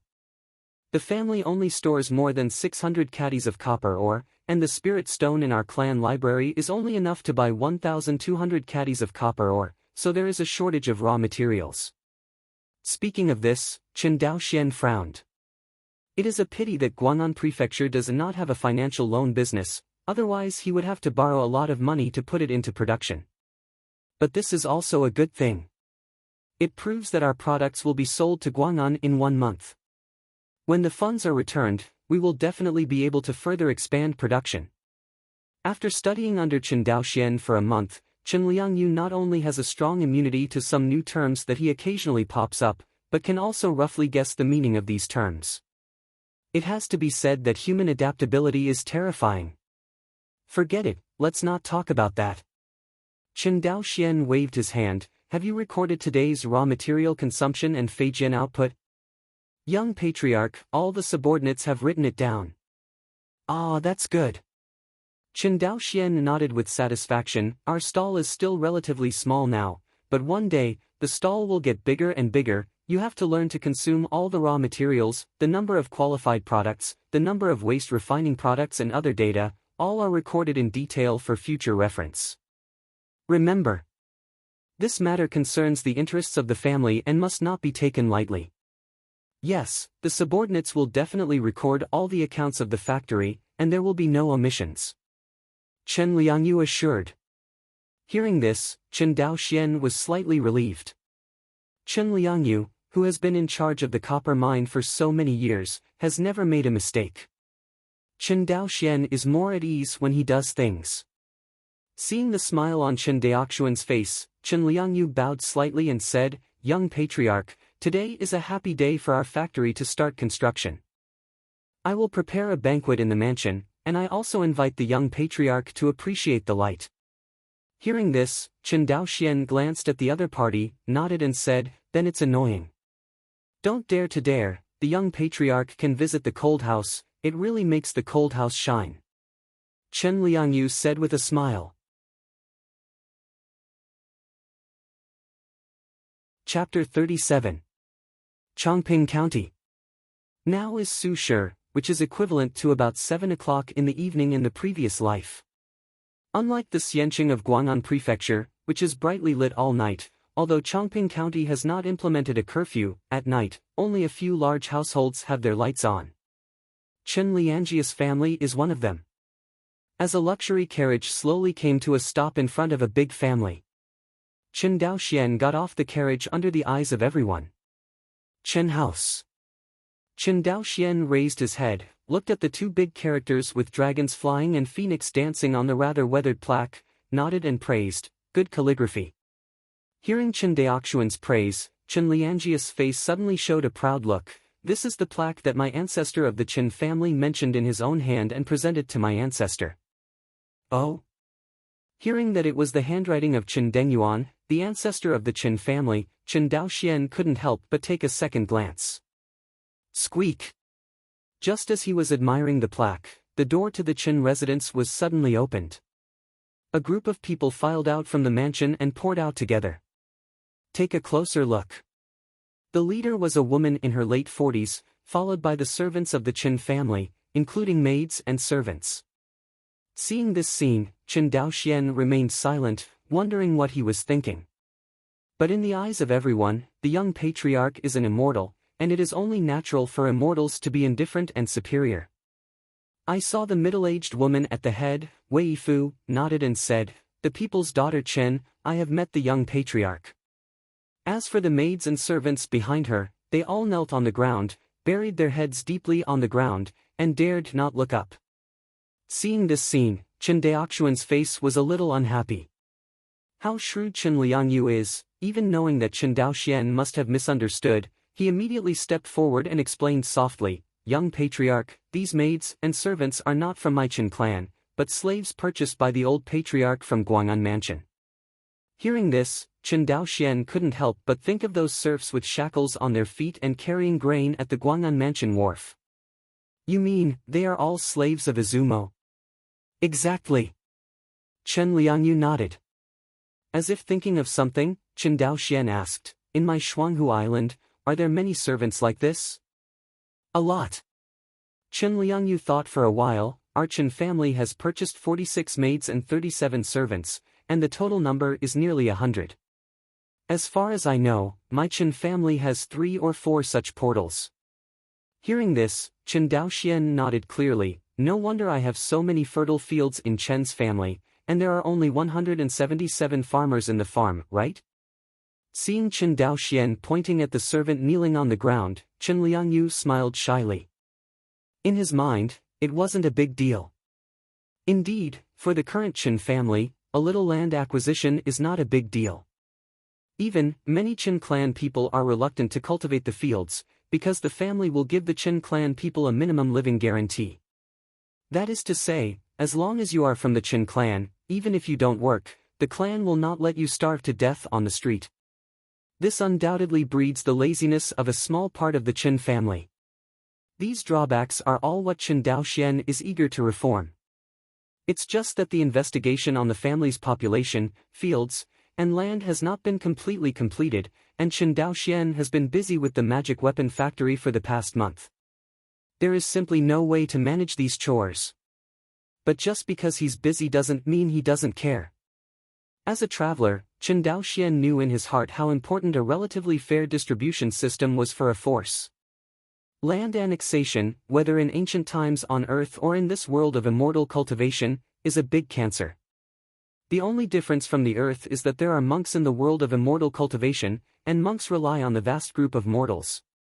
Therefore, once the conflicts of mortals cannot be reconciled, the monks will act as this regulator, forcibly smashing the inherent interest groups of mortals, so that the mortals at the bottom can breathe. But Chen Daoxian did not intend to do so. Because the Chen family is too weak, and he will soon develop the family in great strides, before that, he will definitely cut off the various shortcomings of the family in advance. In other words, weed out the idea of unfair distribution. Come on, let's go in. Young patriarch, please go first. Chen Liangyu heard the words and immediately made a gesture of please. A group of people quickly gave up a passage and let Chen Daoxian walk in front. When Chen Daoxian passed by, a young man trotted forward and shouted at the middle-aged woman with a face full of joy, "Mother." When the middle-aged woman saw her son, her face was both joyful and distressed. She quickly took out the Shijuan handkerchief, wiped the sweat from Chen Yunsheng's forehead, and said with concern, "You are tired, you are sweating. What is this?" Chen Yunsheng said indifferently, "Hey, why didn't you see the second sister and third brother? They are in the backyard with your second and third mothers, and it is inconvenient for them to come out with distinguished guests today." The middle-aged woman said calmly. Chen Yunsheng is a young man, and he doesn't have the deep scheming of his biological mother. If you ask casually, you don't care. Seeing that Chen Yunsheng still wanted to talk nonsense, the middle-aged woman pushed him, gave him a look, and said, "Don't hurry up and help your father entertain the young patriarch." "Oh." Only then did Chen Yunsheng react. He scratched his head, and said with a smile, "Mother, then I'll go to help father entertain the young patriarch, and I'll greet you later. Go quickly. After speaking, Chen Yunsheng stepped forward quickly and followed behind Chen Liangyu and Chen Daoxian, like a follower. Room. Accompanied by Chen Liangyu and his direct son Chen Yunsheng, the living room was full of laughter. Unconsciously, Chen Daoxian couldn't help but see that Chen Liangyu and his son became more pleasing to the eye. After everyone drank for about half an hour, Chen Daoxian glanced at the sky and said, "It's better, let's go here today, and we will continue to be busy with factory production tomorrow. Hangovers are not a good habit." Hearing this, Chen Liangyu was full of regret, but he still smiled and said, what the young patriarch said. Bang!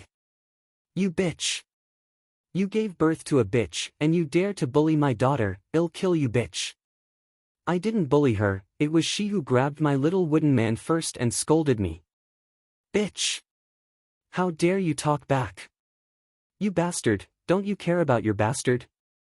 Except for Chen Yunsheng's biological mother, everyone present here is either a warrior or a monk. Although the quarrel from the backyard was inaudible in the ears of Chen Yunsheng's biological mother, in the ears of Chen Liangyu, Chen Daoxian and others, it was no different from the quarrel in the ears. Chen Daoxian took a sip of his wine silently and did not speak. Seeing this, Chen Liangji's face was extremely embarrassed, and his heart was even more angry. This wicked woman is so ignorant. Let's see how to clean up you later. Chen Liangyu cursed fiercely in his heart. I thought it was just a temporary backyard quarrel, but I didn't expect the insults to get louder and louder, so that Chen Yunsheng's biological mother, who had been unaware, also heard it. Young patriarch, the family is unfortunate, it makes you laugh. Chen Liangji's face was full of embarrassment. Chen Daoxian smiled slightly, but did not reply. After a long while, he moved in his heart and said, let's go over and have a look together. Saying that, he stood up from the table. Just out of curiosity, he swept the backyard with his divine sense, but found something quite interesting. Chapter 38. Chen's Backyard. When Chen Daoxian and his party arrived, there was already a mess in the backyard of Chen's house. In front of you, an 8 or 9-year-old boy was embraced by a young woman in her 20s. The young woman's face was pale, and her pretty face with a little makeup was full of horror. But his hands tightly wrapped around the little boy's body, lest the wicked woman with claws would hurt the child. And the little boy in the young woman's arms looked at the wicked woman with fire-breathing eyes, trying to struggle, but was firmly held down by his mother. The scolding person, that is, the wicked woman, is not bad-looking, but it reveals a bitter and mean look. I saw her with one hand on her waist and one finger at the slumped young woman, all kinds of unpleasant words kept popping out of her mouth. What slave of Izumo, what a born slut, the child born is also a slut. Anyway, all kinds of ugly and heart-wrenching words were constantly scolded by her. He scolded to the point of excitement that even people in the backyard didn't know. Why don't you talk? Are you dumb? Like a victorious general, the wicked woman looked around her servants. Who knew that the next person seemed to have seen some terrifying and inexplicable scene, and they all fell to their knees and called in unison, Master, Madam. Hearing this sentence, the wicked woman felt a chill down her spine and turned around in embarrassment, only to find that it was the eldest lady who was usually the most fearful and jealous and the angry master. Old Lord! The wicked woman seemed to change her face in a show, and when she was about to change her snarky appearance to a lovable one, she said coquettishly, Master, you have to decide for me, these two are bullying my family while I'm not paying attention. Tanger. You bullshit, I didn't, she was the one who robbed me of the little wooden man. The little boy in the young woman's arms was not convinced, and was about to plead, but his mother tightly covered his mouth. The little boy's eyes were burning with fire, but unfortunately his strength was too small to struggle against her mother at all. I had to stare at the wicked woman with cannibalistic eyes and complain to the wicked person first. Snapped. Who knew that Chen Liangyu, who was in a hurry, could not allow her to argue at all, and immediately slapped his second wife. Under this slap, the entire backyard of Chen Mansion was in chaos. The cry of the little girl and the howl of the wicked woman are endless. Enough! Chen Liangyu shouted and glared at the quarreling people. Intimidated by his power, everyone, including the little girl, dared not cry anymore. The wicked woman was even more unbearable, and she was so frightened that her face turned pale. Seeing that Chen Liangyu was in control of the scene, he bowed to Chen Daoxian and said, "Young patriarch, this subordinate is really..."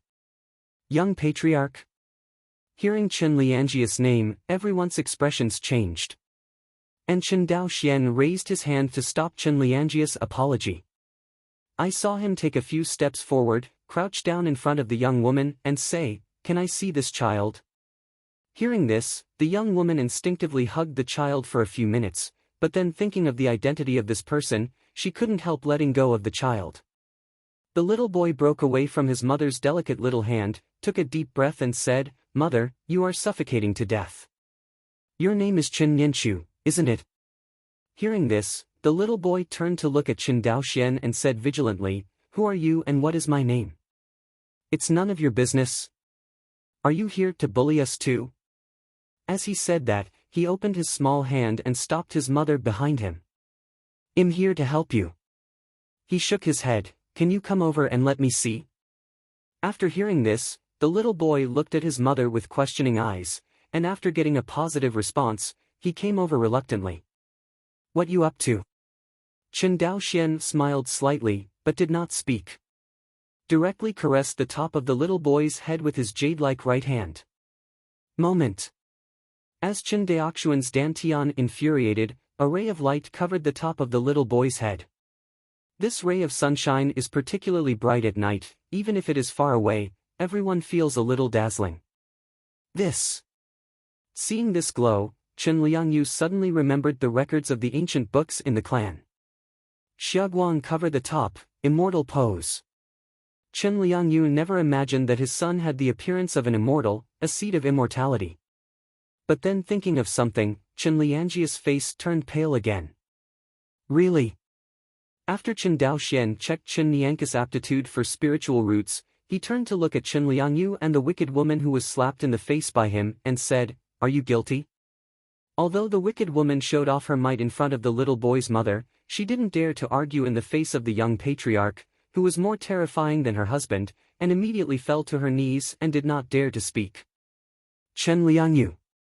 Seeing that the wicked woman did not speak, Chen Daoxian turned to Chen Liangyu and said, "Subordinates are here."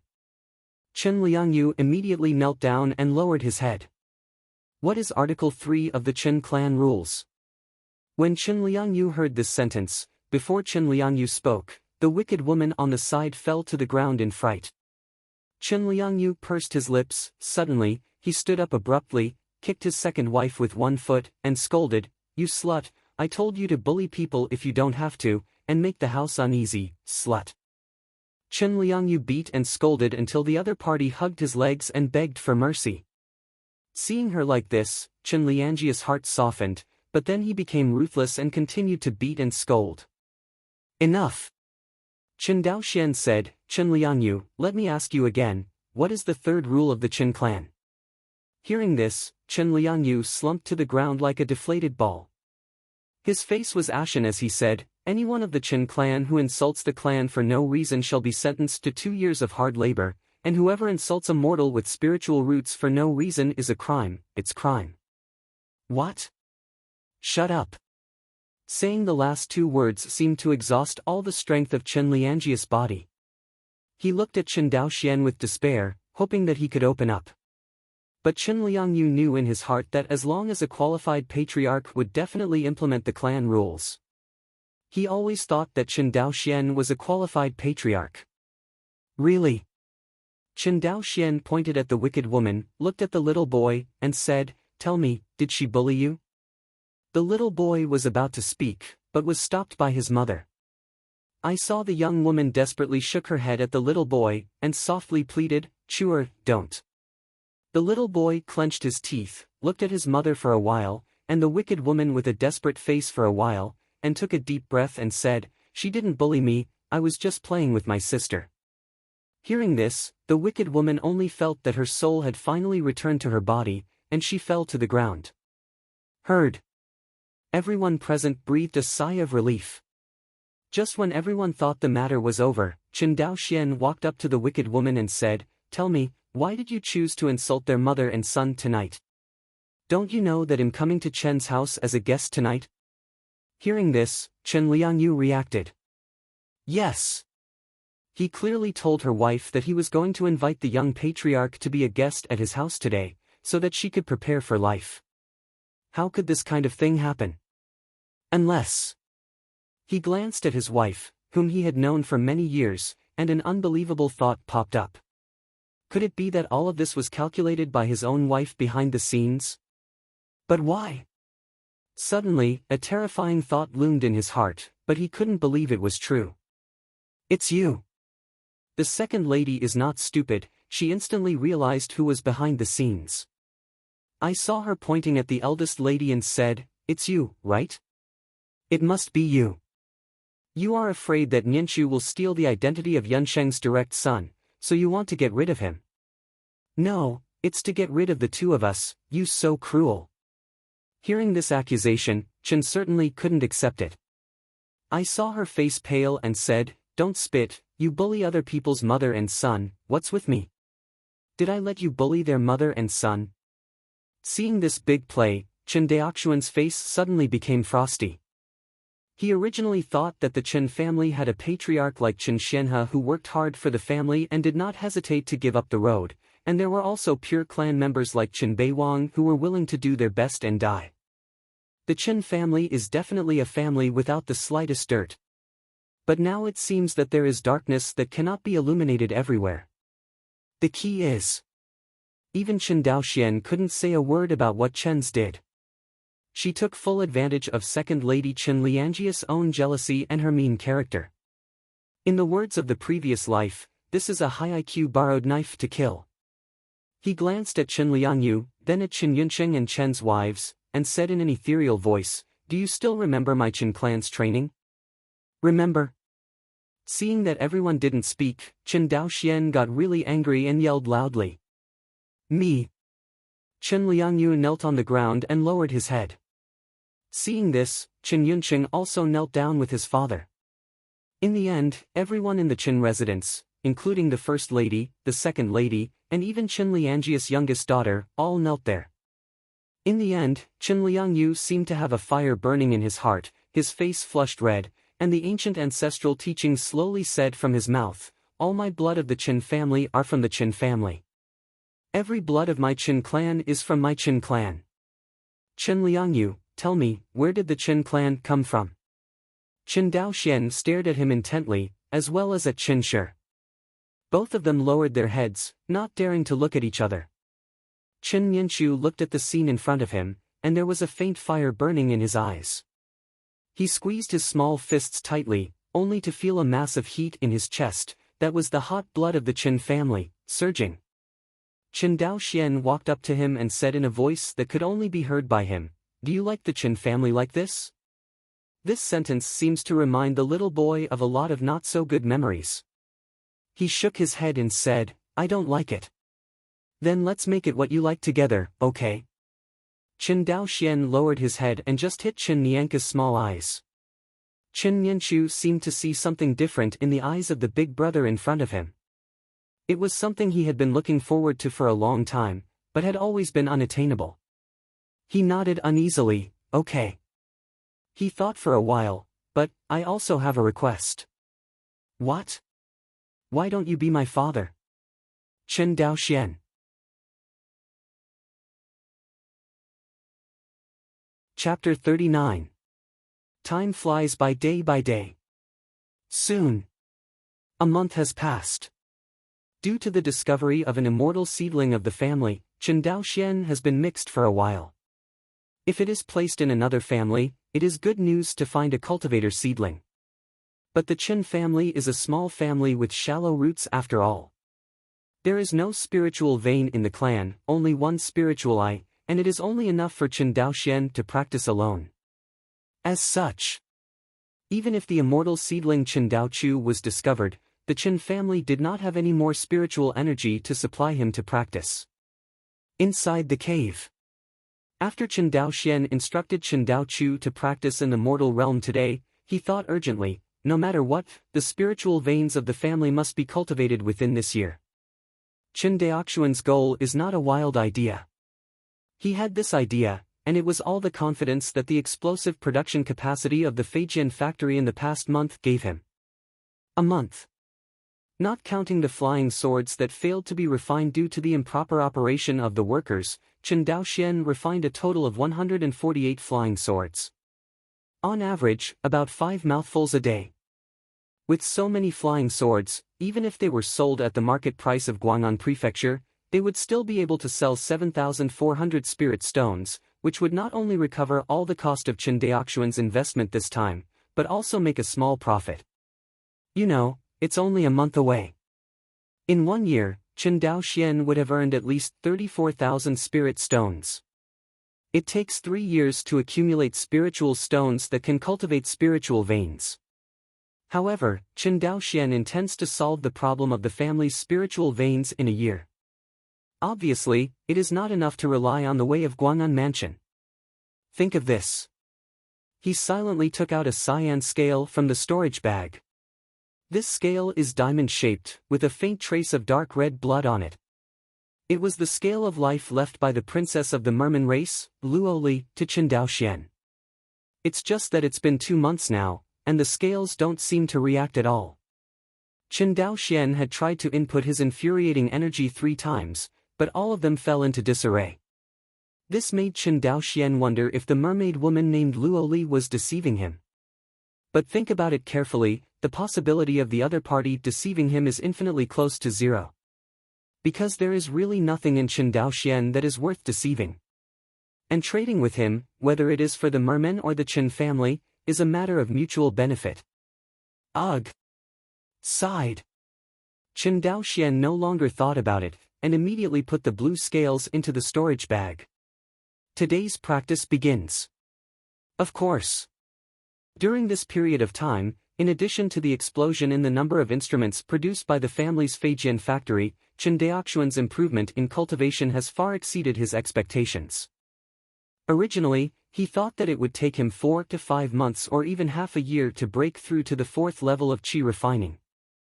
As a result, after only 2 months of cultivation, he felt that he was on the verge of a breakthrough. Such a terrifying cultivation speed finally let him know why Zhou Mubai was able to successfully establish a foundation at the age of 21. Normally, a monk with the 9th level of qi refining wants to build a foundation, and he must polish his true qi for a long period of time, so that the true qi is so pure that it is impossible to advance, and then he can try to break through the foundation building stage. Of course, this is just one of the most basic conditions for breaking through the foundation establishment period. As for the requirements of foundation building for resources such as spiritual veins and foundation building pills, it has not been included. It is precisely because of the various requirements of cultivators to build foundations, there are only a handful of cultivators who can build foundations in the group of loose cultivators. Basically, they rely on the accumulation of military exploits on the battlefield of Izumo to obtain breakthroughs in resources. Those ordinary loose cultivators who are unwilling to go to the battlefield are not even able to cultivate enough spiritual energy, let alone break through to the foundation establishment stage. In the Dongfu practice room, Chen Daoxuan's eyes were tightly closed, and the pure aura continued to spray out from the water spirit beads. Coupled with the assistance of qi gathering pill, at this moment, Chen Daoxuan's speed of refining spiritual energy is beyond the reach of Tianling and cultivator. As the pure aura enters the meridians, it is continuously refined and transformed into true qi, which is stored in the Dantian qi si bit by bit. Dantian gas is domestic. True qi is growing at a speed that is almost visible to the naked eye. Sudden. Chen Daoxian was blessed to the heart. He had the feeling that he broke through the 4th level of qi refining, at this moment. His hunch was right.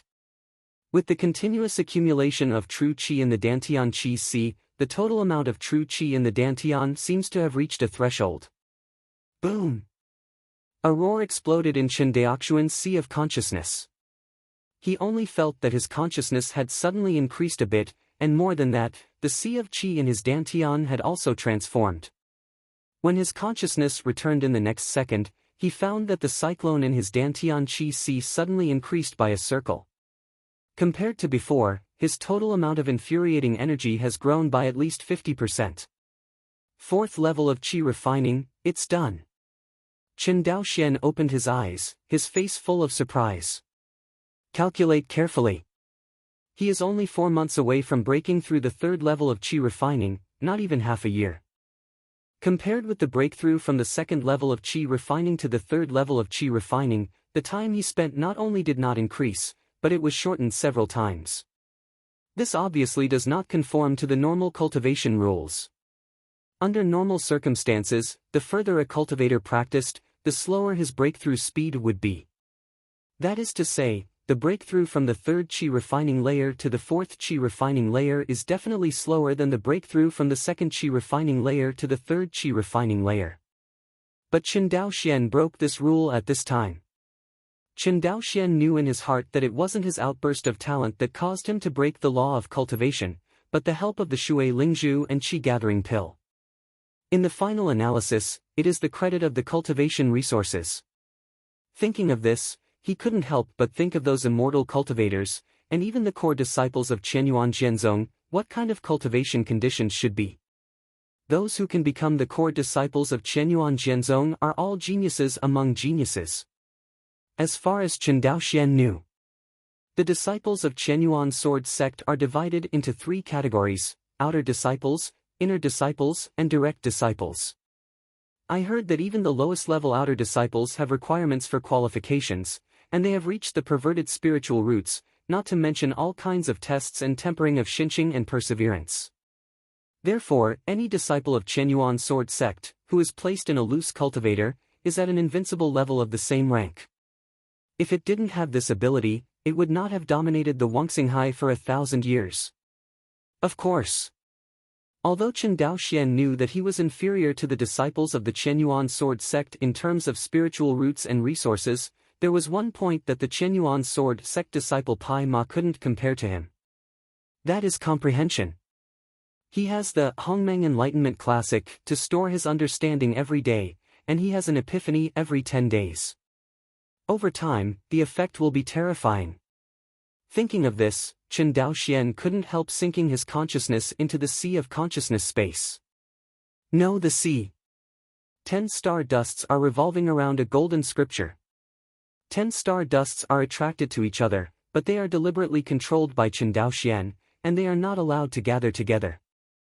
Perhaps he had just broken through to the 4th level of Qi refining, and Chen Daoxian had a vague feeling that perhaps the breakthrough opportunity for wind-chasing sword art was also tonight.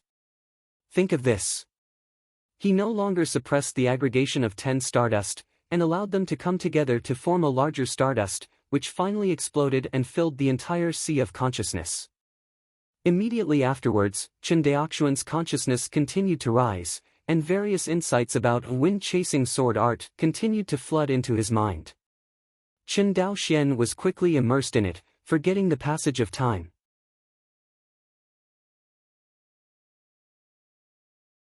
Chapter 40. After a stick of incense. Chen Daoxian opened his eyes, and a gleam of light flashed in his eyes. Then, a surge of ecstasy overwhelmed him. After careful calculation, it has only been 4 months since he practiced wind-chasing sword art.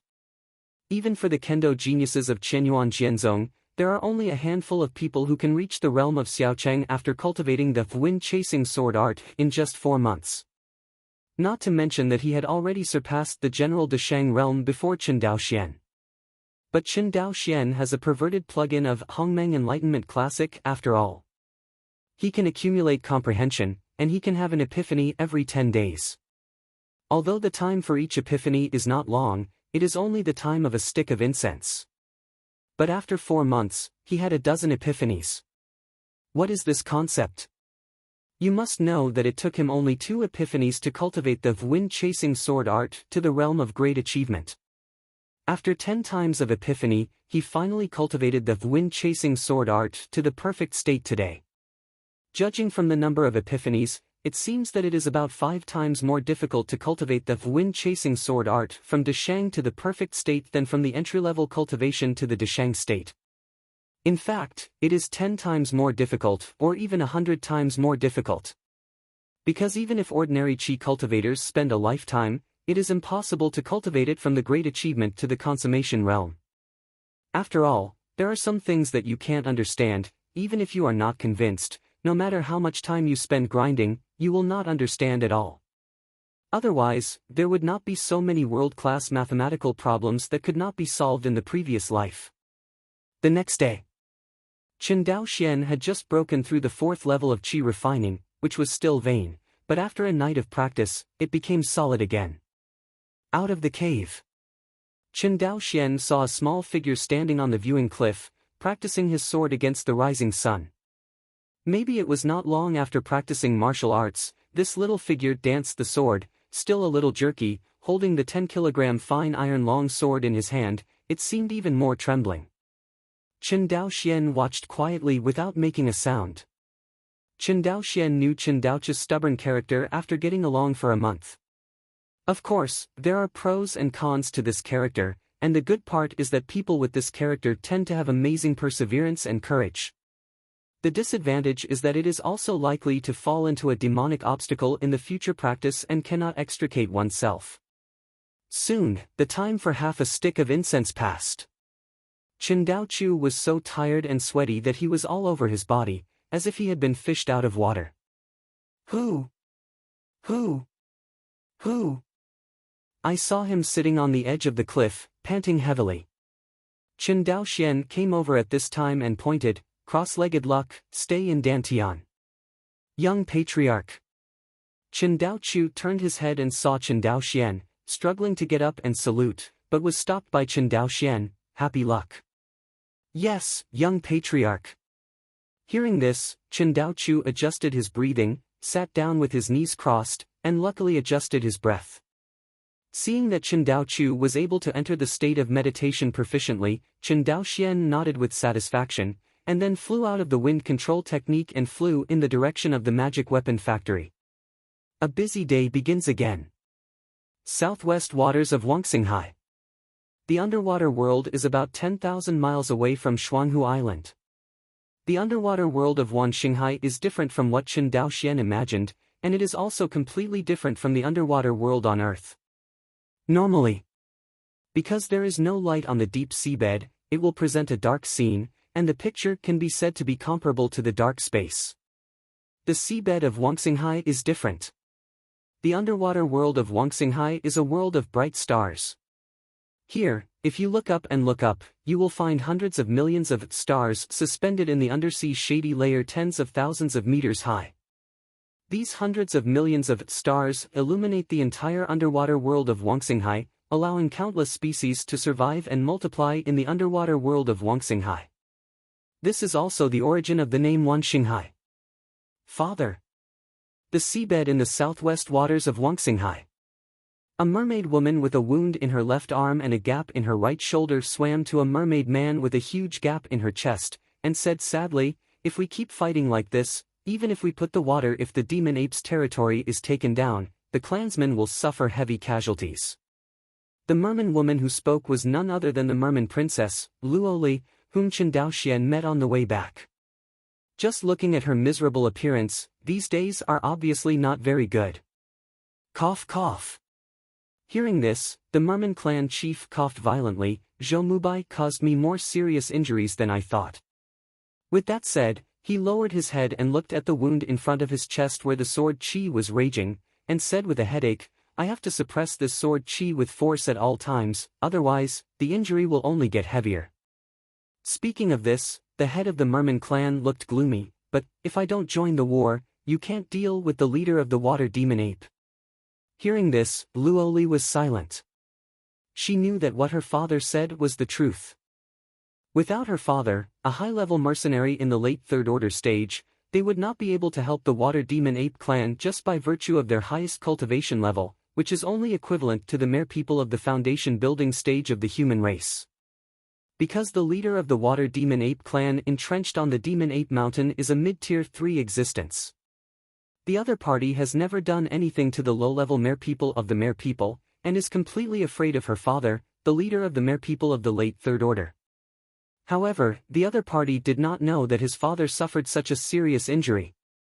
Otherwise, now it would not be the Merman clan pressing the Water Demon Ape clan to fight, but the opposite situation. Hateful. Seeing his severely injured father, Luoli felt for the first time that he was so incompetent that he couldn't hold up a sky for the Merman. Father, why don't we stop attacking the Demon Monkey Mountain and change the territory again? Seemingly seeing the annoyance in Luoli's eyes, the Merman clan chief finally made a decision in his heart. He stroked Luoli's hair and smiled slightly. Silly boy, we have been searching for so long in the bottom of the sea, where are we? Is there a more suitable territory for my merpeople to thrive than the Mountain of Demons? Hearing this, Luoli was silent. She knew that what her father said was right. The competition among the various races in the underwater world was more cruel and naked than the competition in the human world. 3 days later, I will face off against the leader of the Water Demon Ape and kill this beast. The patriarch of the Merman clan said loudly. But, father, your injury. It's okay, a mid-tier third-level Water Demon Ape leader is not in my eyes. The patriarch of the Merman clan was arrogant, but when he looked at Luoli, there was a faint hint of reluctance. In the end, this reluctance was thrown away by him and turned into a firm color. 3 days later, we will launch a general attack on the Water Demon Ape clan in Demon Ape Mountain. Hearing this, Luoli nodded excitedly, but immediately seemed to think of something. By the way, father, didn't we agree to cooperate with the Qin family on the Shuanghu Island? Why not buy a batch of weapons from them to enhance the strength of the clan? With the clansmen with weapons, their strength will definitely increase a lot. As if thinking of Qin Daoxuan's flying snow sword, Luoli said excitedly.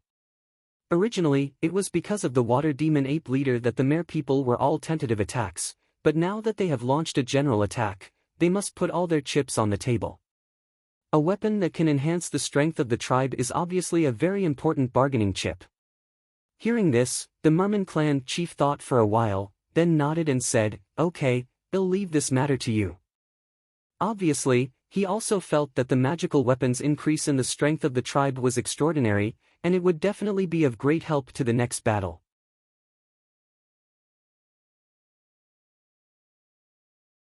Chapter 41. 5 days later.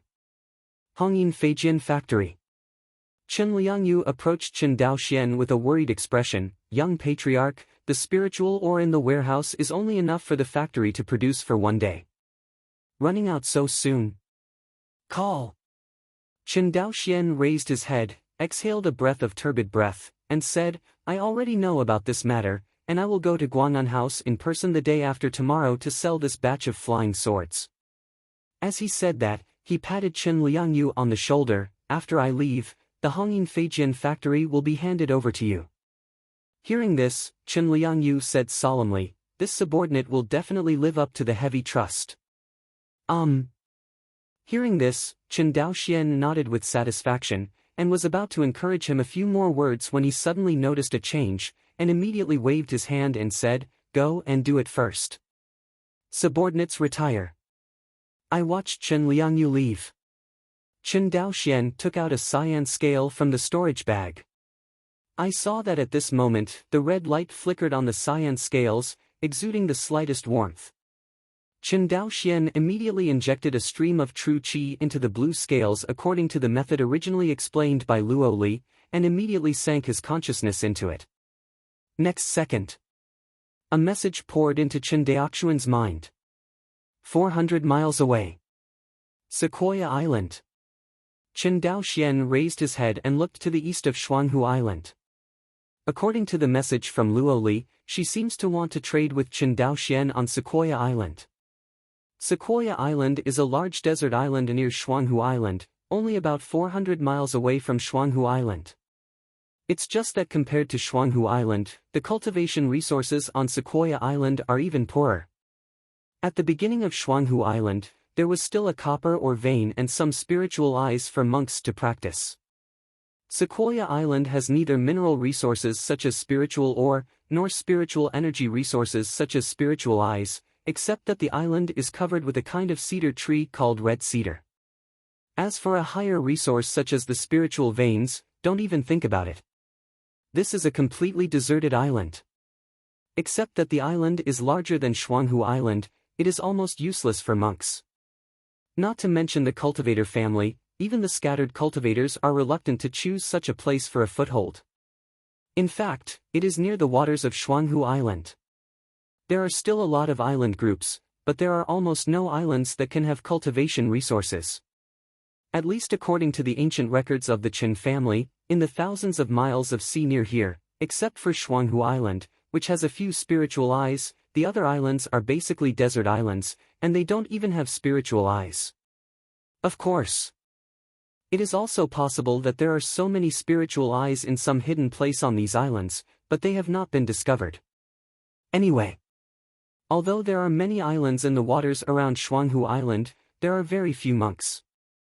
It seems that in addition to the Chen family on Xuanghu Island, there is only one place called Fenggu Island, where a loose cultivator with the 5th level of qi refining stops. Chen Daoxian was overjoyed when he received Luo Li's message. Compared with going to Guang'an Prefecture to sell flying swords to loose cultivators, trading with the Mer people is obviously more profitable. Sangxiafang City in Guang'an Prefecture. Even if the price of Hongyin Feijian is high, it is estimated that it will be difficult to exceed 100 spirit stones. And the price offered by the sharks is 5 times that of 100 spirit stones. From the point of view of interests, it is an obvious thing to choose whom to trade with. Chen Daoxian has been thinking about when the Mer people will come to trade with him for a long time, but he did not expect to wait for more than 2 months before the news came. Organize your thoughts. Chen Daoxian counted the 178 flying swords in the storage bag, and when he even used the wind control technique, he flew alone in the direction of Sequoia Island. It is different from the journey of nearly 100,000 miles to go to Guang'an. Sequoia Island is only 400 miles away from Xuanghu Island. This distance, with Chen Daoxian's 4th level qi refining level, can easily fly over. Sequoia Island. Looking down from the sky, Sequoia Island is completely shrouded in fiery red. Due to this obvious feature, even when he first came to this island, Chen Daoxian discovered it in the nearby waters at a glance. Descend from the sky and land on the cliff of the island. Chen Daoxian took out the blue scales again and injected a burst of infuriating energy. Then, another message came over. Chen Daoxian identified the direction and flew towards the north of the island. The sea north of Sequoia Island. Led by Luo Li, a group of sharks lurked in the reefs hundreds of meters deep. If you look closely, you will find that almost all of these sharks hold a huge scallop in their hands, and they can see overflowing aura from the cracks of the scallops. Obviously, these scallops contain all the spiritual stones that the Mer people are ready to use for trading. His Royal Highness, why hasn't he come yet? In the merman group, a male merman with bronzed muscles and knots all over his body murmured. Don't worry, just wait. Although Luo Li was also uneasy, he patiently comforted his subordinates. Hearing the words of Her Royal Highness the Princess, everyone continued to wait silently. Coming. Suddenly, a surprise flashed across Luo Li's pretty face. Go, let's go up. Luo Li gave an order and swam to the sea first. The Mer people are extremely fast in the sea. In just a few breaths, the group of sharks swam to the sea. As soon as Luo Li swam out of the sea, she saw Chen Daoxian standing in the sky. She cautiously used her divine sense to probe the 4 directions. Luo Li breathed a sigh of relief when he found that there was no one around except Chen Daoxian. Human cultivator, you are so courageous that you dare to come alone. Are you not afraid that we will kill you and swallow your weapon? Seeing that Chen Daoxian was all alone under the gaze of the merman people, he was so calm, and Luo Li felt uncomfortable for a while. If it was the merman who was so surrounded by a group of human monks, he was shivering with fright for a long time. Hearing this, Chen Daoxian smiled. I know that the Mer people are the most honest, and I am willing to come alone, and it is precisely because of the integrity of the Mer people. Besides, the transaction between you and me is a matter of mutual benefit.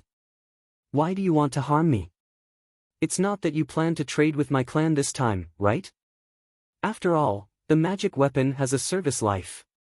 You live in the deep sea for a long time, and the service life of the magic weapon may be shorter. Will the mere people give up long-term interests for the sake of coveting this mere hundreds of flying swords? So why should I be afraid? Luo Li originally wanted to overwhelm the other party in terms of momentum, but without thinking about Chen Daoxuan's 3 or 2 words, she easily disintegrated the momentum she had finally built up. Looking at Chen Daoxian with a smile on his face, Luo Li opened his mouth and finally had to say something depressing. As expected of a human cultivator, he is really eloquent. Thank you, Miss Luo, for the compliment. Chen Daoxian bowed his hands, but let's make a deal as soon as possible, so that my 2 clans can feel at ease with each other. Hearing Chen Daoxian mentioning the transaction, Luo Li immediately cast aside his little depression and said excitedly, "How many weapons have you brought with you on this trip?"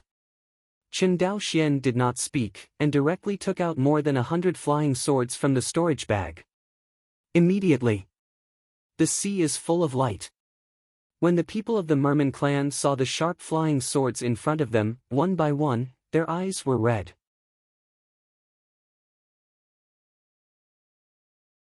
Chapter 42. Seeing the clansmen look like they had never seen the world before, Luo Li felt that she couldn't hold her head up even more in front of Chen Daoxian. Cough cough. She couldn't help coughing in a low voice, but the simple and honest mermaid clansmen didn't care to speculate on the thoughts of Her Royal Highness the Princess. All they were thinking about at the moment were the weapons in front of them. His Royal Highness, if we can have these weapons, the clansmen will not know how many casualties they would have to avoid in the battle with the demon clan. A male merman took a flying sword, injected a demon power, and muttered. Hearing this, Luo Li also became hot in her heart. She looked at Chen Daoxian and said, "Human cultivator, did you build this weapon?" "Yeah, this is too little, it's not enough points at all." "Yeah, too little." The other mermaids chimed in. "Forgive Miss Luo, the transaction time you proposed is really too short. It's only a mere 2 months. We don't have enough time for either the raw materials of spiritual ore or the refining of magic weapons, so that's all for now." Chen Daoxian shook his head and said regretfully. "Spirit ore?" Luo Li seemed to remember something, took a piece of radiant ore from a subordinate merman, and said, "Is the spiritual ore in your mouth this kind of thing?" "Right." When Chen Daoxian saw the piece of spiritual ore in Luo Li's hand, his heart jumped fiercely. The underwater world of the Wangxinghai is too rich. It is a pity that the human race is a terrestrial race and cannot survive in the deep sea at all. Otherwise, what would Chenyuan Jianzong need to attack Izumo? The underwater world of Wangxinghai has long been penetrated. Seeing the spiritual ore in Luo Li's hands, Chen Daoxian couldn't help feeling the urge to go to the underwater world of Wangxinghai to find out. But when he thought of going to the deep sea world, he had to at least cultivate the second-order water escape technique to the realm of Deshang, so he died. It is not easy to cultivate the second-order water escape technique to the realm of great achievement, which means that the monk must at least reach the foundation building stage, and he must be a senior foundation building monk, not the kind that has just broken through. The monks can only practice various escape techniques when they reach the foundation building stage. At that time, the cultivator's flying speed will skyrocket by a large amount. Familiar escaping techniques such as escape the light, transforming the rainbow, and flying with the sword are all skills that can only be used by the foundation establishment cultivator. Ordinary chi refining cultivators can only walk against the wind, and the speed is more than 10 times slower than that of foundation building cultivators. Luo Li was not stupid. Seeing Chen Daoxuan's gleaming eyes, she knew that the spiritual ore in her hand was of extraordinary value. She moved slightly in her heart and said, "If you trade this kind of spiritual ore with your Chen family, what price can you make?" The market price of second-order spiritual ores in Guang'an Prefecture is generally more than 10 times that of first-order spiritual ores. The Guishui adamantium in Luo Li's hands is the most expensive among the second-order spiritual ores. 1. Its price is several times that of ordinary second-order spiritual ore. According to Chen Daoxuan's knowledge, the price of Guishui fine gold is about 150 spirit stones per pound in the Guang'an Prefecture spirit or market. And often there is no market for the price, so you need to order in advance with the seller who sells this kind of spirit ore, or auction it at the auction house. Although the reserves of second-order spiritual ore in Wangxinghai and Xianyunsu are still very rich, they are almost controlled by sects and big immortals, and it is difficult for small families and loose cultivators to buy them. This situation is even worse in Guang'an Prefecture. As far as Chen Daoxian knew, only a few big families, such as the Zhou family, the Yang family, and the Wu family, had the second-order spiritual ore veins in their hands. This kind of resource, even the general newly promoted foundation family does not have. In Guang'an Prefecture, the birth of one or two foundation building cultivators from a small family or a group of scattered cultivators is not a big deal at all. After all, many small family cultivators and loose cultivators, relying on their military exploits in the Izumo country, are lucky enough to obtain enough resources to attack the foundation. But it is not so easy to become a foundation building family that has been established by the foundation building cultivators from generation to generation. The inheritance of family exercises, spiritual veins above the second rank, various cherished resources, lucrative family industries, huge family population size and other conditions are indispensable. Of course, the above-mentioned family backgrounds basically have nothing to do with the Chen family on Shuanghu Island. If there is one thing the Chen family can barely meet the standard, it is a lucrative family business.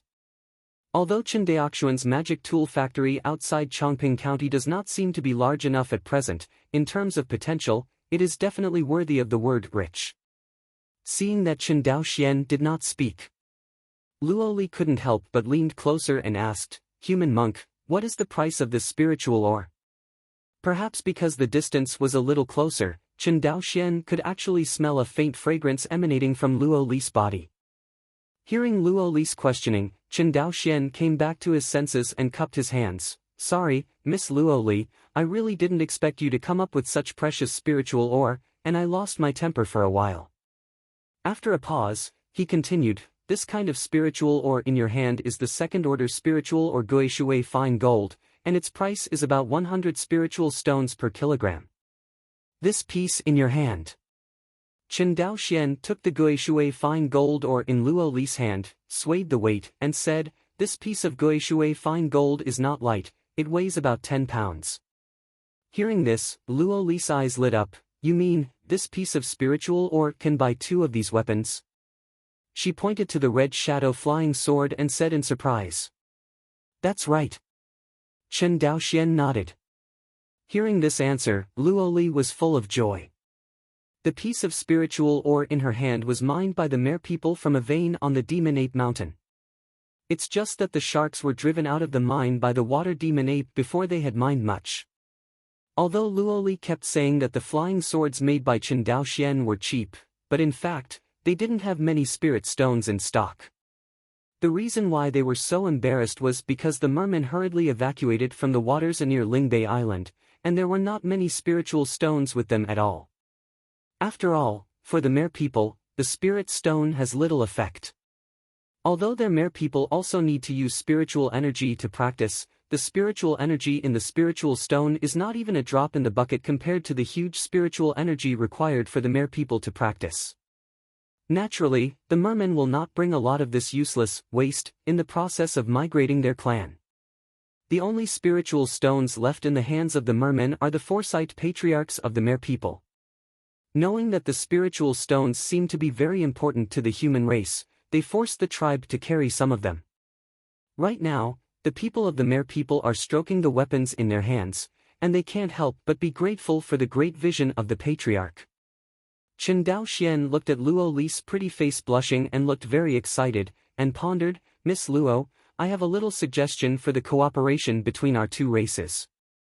Luo Li was happy at this moment, raised her little hand as bright and clean as jade, and said, "Tell me. I don't know much about the deep sea world, and the mermen don't seem to know much about my human world. Why don't I give the nobles a copy of my human world's various treasures of minerals and elixir? If you find something in the deep sea world, you can trade with our family." Of course, the specific price can be negotiated between us when the time comes. In short, we won't let you mere people suffer. Luo Li seemed to have a good impression of Chen Daoxian. She smiled and said, "Where's the picture book?" Chen Daoxian took out a jade slip from the storage bag and handed it over. Luo Li took the jade slip and stuffed it directly under the 2 scallops on her chest. Chen Daoxian turned his head slightly when he saw it. Luo Li didn't care. She clapped her hands and said, "Okay." "Well," Chen Daoxian said with a smile, "in that case, let's count your weapons." "It's just 128 weapons, there's no need to count them," Luo Li pouted. "You're afraid that my merman will deceive you, and you want to count the spirit stones, right?" Luo Li said and waved his little hand. I saw that the sharks lifted up the huge scallops and opened them, and Chen Daoxian still counted the spiritual stones inside. Chen Daoxian's consciousness swept away slightly, and said cheerfully, "Miss Luo misunderstood, how can I doubt the integrity of the mere people?" After he finished speaking, he rolled up his sleeves, lifted his true qi, and put all the spirit stones into the storage bag until the storage bag was full.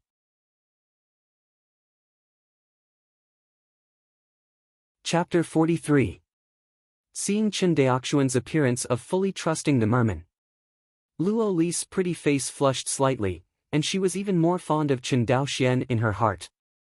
Thinking that he had misunderstood Chen Daoxian, Luo Li was a little shy, and said, "Human cultivator, I have known each other for so long, but I still don't know your name." These words made Chen Daoxian stunned. Didn't he tell him his name? "My surname is Chen and my name is Daoxian. Miss Luo calls me by my name." Chen Daoxian arched his hands. "Okay." Luo Li took a deep look at Chen Daoxian, turned over and jumped into the sea, followed by the rest of the mermen. "Chen Daoxian, I remember your name." It wasn't until all the mermen disappeared that this soft voice sounded in Chen Daoxian's ears. Divine consciousness swept around and found that the mere people were really gone. Chen Daoxian immediately flew to Sequoia Island and found a hidden cave on the island. Immediately dump out all the spirit stones in the storage bag. Tens of thousands of spiritual stones were piled on the ground, and they suddenly piled up into a small mountain, and the overflowing spiritual light illuminated the entire cave like day. 1, 2, 3, 4. Chen Daoxian was excited, and he counted the spirit stones carefully one by one, like a rich landlord. If Luo Li saw this scene, it is estimated that his nose would be crooked, and his good impression of Chen Daoxian would be gone. 63,999, 64,000. Ha! 64,000 spirit stones, just right. A satisfied smile appeared on Chen Daoxian's face. "Take this transaction twice, and then go to Guang'an House to buy a set of Yunling Great Array, and the spiritual veins of Shuanghu Island will be settled." Thinking of this, Chen Daoxian became more and more happy. Sure enough, smuggling with foreigners is the real profit. But immediately, Chen Daoxian had a vigilance in his heart. This kind of huge profits, he believes that the huge Wan Xinghai must not only be done by his Chen family, he must be more careful. "Why do you think so much? At least now the mere people only trade with my Chen family. As long as they are not exposed, my Chen family will be fine. Besides, if you want the family to grow and develop, how can you be afraid of wolves and tigers?" Shaking his head and laughing at himself, Chen Daoxian put the matter behind him. Put away the spiritual stones piled up on the ground. Chen Daoxian flew out of the cave, identified the direction, and flew back towards Shuanghu Island. By the time Chen Daoxian rushed back to Shuanghu Island, the sky was already bright. After thinking about it, he did not go to the cave to practice, nor to the magic weapon factory. Instead, all the senior members of the clan were convened and a clan meeting was held again. Chongping County. Chen's Ancestral Hall. In the huge discussion hall, the senior officials of the Chen clan stood with their heads bowed. On the left were the senior officials of the instrument factory headed by Chen Liangyu, and on the right were officials from the Chongping County government. Chen Daoxian's eyes swept over Chen Liangyu, and finally fell on Chen Ji, the magistrate of Chongping County, who was first on the right. Chen County Magistrate, have you completed the investigation of the details of the population within the clan that I ordered you to investigate? Young Patriarch, Chenji bowed his hands. My subordinates completed the investigation 10 days ago, and after review by the county government, it was found that my Chen family had 1,039 children under the age of 10, with the most young adults aged 15 to 40, reaching 1,665. The number of people over 40 is the least, only 969 people. Among them, there are 914 adult males and 751 adult females in the family, and the population in the county. Chenji skillfully reported the family population data again. The results of this population review are generally the same as the data submitted by the county government 10 days ago. It proves that Chenji did not slack off during this period of time, and he investigated all the details of the population of the clan. In this population data, Chen Daoxian is most interested in the adult population and children under the age of 10. In this world, men and women are generally married at a younger age. Women usually get married around the age of 13 or 14, while men get married a little later, but generally no more than 15 years old. The Chen family has not been able to grow and develop on Shuanghu Island for so many years. On the one hand, the cultivation resources are insufficient, and they have not been able to produce enough monks to protect the clan. On the other hand, the family industry is poor and cannot support the huge family population. With a population of tens of millions like the Zhou family in Guang'an, a small family like the Chen family would never dare to imagine. After all, the mortals of the family also consume various resources. Food, clothing, housing, and transportation all consume resources. Although cultivators disliked these resources, they were also important resources that affected the foundation of the family, because they determined the population size of a family. For example, the basic condition for maintaining population size, food. Chen Daoxian didn't know how many spiritual veins the Zhou family had, but everyone in Guang'an Prefecture knew that the Zhou family had hundreds of islands just used to grow ordinary food. Not to mention the cargo ships coming and going from Guang'an Prefecture, constantly providing food for the Zhou family. It is because of these foods that the Zhou family's ethnic group will continue to grow, so that the population of the clan has reached tens of millions. Chen Daoxian also wants to follow the Zhou family's development model, but he needs to make certain changes on this basis. If the Chen family wants to grow and develop, it is impossible to rely on the thousands of people on Shuanghu Island.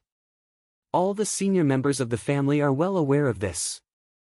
However, the family is in a difficult situation, and even the spiritual energy of the monks cannot be guaranteed. Blindly expanding the family population will only drag the family down completely. Chen Daoxian, who is a traveler, knows that if the population cannot be converted into productivity, it will only become a huge burden on the family, not a help. Fortunately, because of his existence, the Chen family has set off a little fairyland version of industrialization in the suburbs outside Chongping County. There is no doubt about the demand for population from industrialization. Take the Feijian factory in the current industrial zone for example, although only 15 workers can run the Feijian factory. But the manpower required to surround this Feijian factory is far more than 15 people. For example, the person who purchases the raw materials of spiritual ore, the person responsible for managing the factory, and the person responsible for packaging the Red Shadow flying sword, that is, the workshop that produces the sword box. Chen Daoxian sells flying swords to cultivators, but it is not the same as selling them to the mermen, without even packaging. These all require large populations.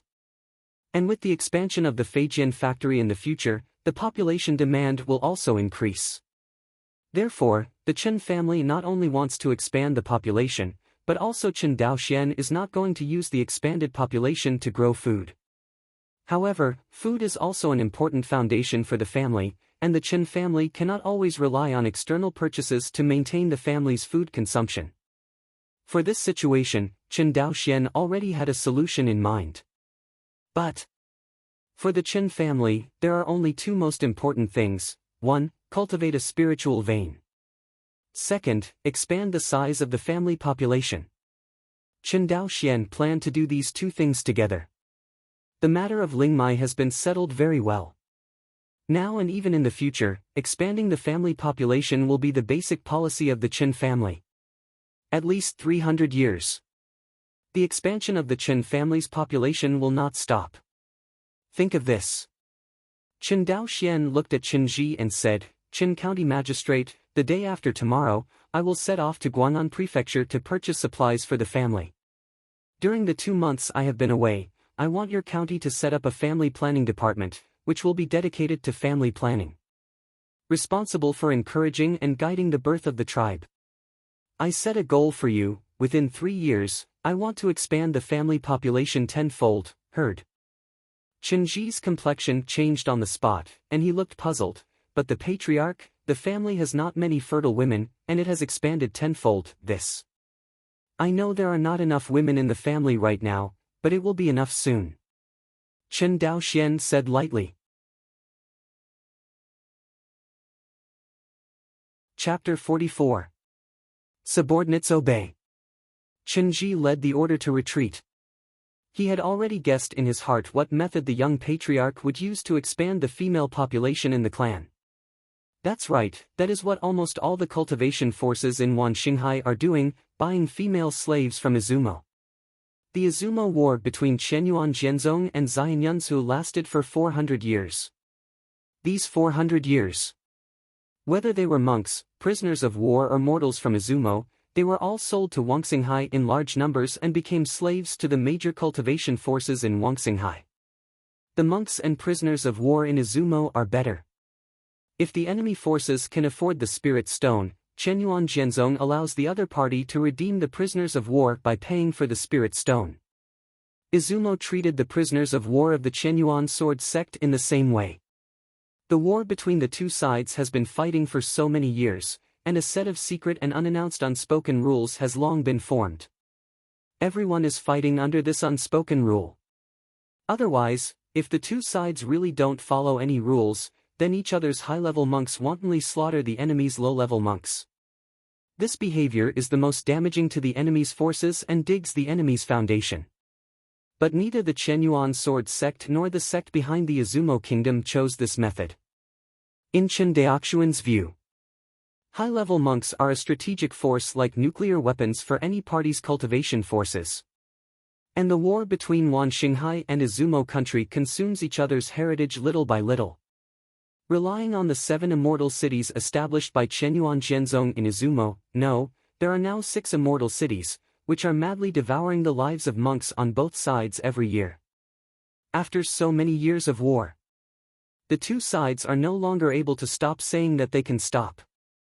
If at the beginning, the Qianyuan sword sect attacked the Cloud Kingdom only out of interest and revenge, then now, the contradiction between the two sides is not only interest, but also the blood feud that has been forged for 400 years. For example, the Chen family on Shuanghu Island sacrificed 12 monks of the immortal generation on the battlefield of Izumo. Can you not hate the monks of Izumo? Definitely hate it. The same is true of the attitude of Izumo cultivator towards Wanxinghai cultivator. It's just that from the results of the war between the two sides over the years, Qianyuan Jianzong has always been in the upper hand, maintaining the offensive against Izumo. Except for the loss of an immortal city in the battle 50 years ago, Qianyuan Jianzong rarely lost a war with Izumo. After arranging the affairs of the clan, Qin Daoxian set off on the voyage to Guang'an Mansion with the remaining 50 or so mouths of red shadow flying swords. A month later, on the deck of the Canglong, call! Qin Daoxian stretched his waist, leaned on the railing and looked at the magnificent sight of the white sails in the Guang'an port, and let out a sigh of relief. No matter how many times I watch it, I feel that this scene is extremely spectacular. Even from the perspective of Qin Daoxuan's previous life. The exaggerated cargo throughput of Guang'an port is also far more than any modern port in the previous life. As far as Qin Daoxian knew, there are more than 10 million Zhou clan people living in Guang'an City alone. You must know that this is not a modern city with high-rise buildings like in the previous life. Guang'an Fufu City does not have so many reinforced concrete buildings, which can increase the population density of the city. Guang'an Prefecture can accommodate so many people, and it is entirely a city circle that is far bigger than the previous Earth city. The second time I came to Guang'an. Chen Daoxian is familiar with the road. Soon, he settled down in the Fucheng Inn, where the mortals lived, to settle the clansmen brought by this trip. After settling the clan, Chen Daoxian walked alone towards the Sangxiafang city in the inner city of Guang'an Prefecture. Line up and enter the inner city. A series of processes have come down, and it is approaching evening. Chen Daoxian didn't dare to delay. He summoned a cloud-traversing beast car and headed towards the Hongyin Feijian shop in Sangxiafang city. After a stick of incense, Chen Daoxian got out of the car. After getting out of the car, he seemed a little unable to believe the scene in front of him. At this moment, the Hongyin Feijian shop is surrounded by the scattered cultivators and small family cultivators who are entrenched in the scattered cultivator market. The shopkeeper, let's start quickly, it will be dark if it doesn't open. That's right, hurry up and smoke. Mr. Chen, let's get started. I've been here for more than a month, and I haven't won the lottery once. I don't believe that my luck is so bad, I can't win the lottery once. What is this, fellow Daoist, waiting here for the next 3 months? Chen Daoxian stood outside the crowd, listening to everyone's chattering voices, and then looking at the Hongyin Feijian shop surrounded by the crowd, and finally inquired about the ins and outs of the matter. It turned out that the dozens of first-order low-grade and first-grade middle-grade flying swords in the Hongyin Feijian store were completely popular in the vicinity shortly after the first day of sale. Chen Daoxian was mentally prepared for the flying swords in the Hongyin Feijian store. After all, he has done sufficient market research before opening the store. The quality of the magic instruments in other magic weapon shops simply cannot compete with the Hongyin Feijian shop. If his Chen family's flying sword could not be sold, there would be a ghost. But Chen Daoxian would never have imagined that the Hongyin Feijian shop could set off such a big momentum in Sangxiafang city. Because after all, he only left less than 40 flying swords to Chen Xianhe. According to the degree of popularity Chen Daoxian saw, it should have been sold out long ago. How can there be a current scene? The reason why the Hongyin Feijian store is so popular is that Chen Xianhe played a hand in hunger marketing. On the first day after the opening of the Hongyin Feijian store, Chen Xianhe realized that the Chen family's Feijian would sell out. But he knew better that the inventory in the Hongyin Feijian store simply couldn't satisfy the huge market of the Sanctuary Square city. To know. There are hundreds of thousands of cultivators in the sanctuary city of Guang'an Prefecture alone, not to mention the crowds that come and go every day. According to the Zhou family statistics, the number of cultivators in Guang'an Prefecture added up to more than 500,000 people every day. This shows the prosperity of Guang'an Prefecture. In such a huge market, the inventory of Hongyin Feijian store cannot even be turned over by a single wave. It's impossible for Chen Xianhe to sell out Feijian on the first day, and it will be closed for the remaining months, right? Then, the witty Chen Xianhe thought of a way to draw a lottery. When the Hongyin Feijian store first opened, he drew a lucky customer every day to get a chance to buy the Hongyin Feijian store at the normal market price. Chen Daoxian left a total of 23 first-order low-grade artifacts and 11 first-order middle-grade artifacts. At this rate, the Hongyin Feijian store would have to close for more than a month at most. The helpless Chen Xianhe could only continue to lengthen the interval between each draw. Up to now, Chen Xianhe has basically drawn prizes once a week, and finally waited until Chen Daoxian came to replenish the stock. Chen Xianhe glanced at the crowd, and when he was about to draw the lottery, he swept across Chen Daoxian in the crowd, and his face suddenly filled with excitement. Chen Daoxian found that although he hadn't seen each other for a few months, Uncle 13 looked better than in the family. Also, without those troubles in the family, plus the booming business of the Hongyin Feijian shop, Chen Xian's complexion is not good enough. Manager Chen, hurry up and draw the lottery. Everyone is waiting. Yeah, let's draw the lottery, I've been waiting for a week. Hurry up. In the urging of everyone, Chen Xianhe took out a specially made note from a black stone box. Chen Xianhe glanced at the note and said, "Congratulations to the customer whose serial number is Jiechi, who won a chance to buy Feijian in our store." "I am me, it is me." Huh. A short man with a face full of flesh squeezed out from the crowd, waving a note exactly like Chen Xianhe in his hand, exclaiming in ecstasy.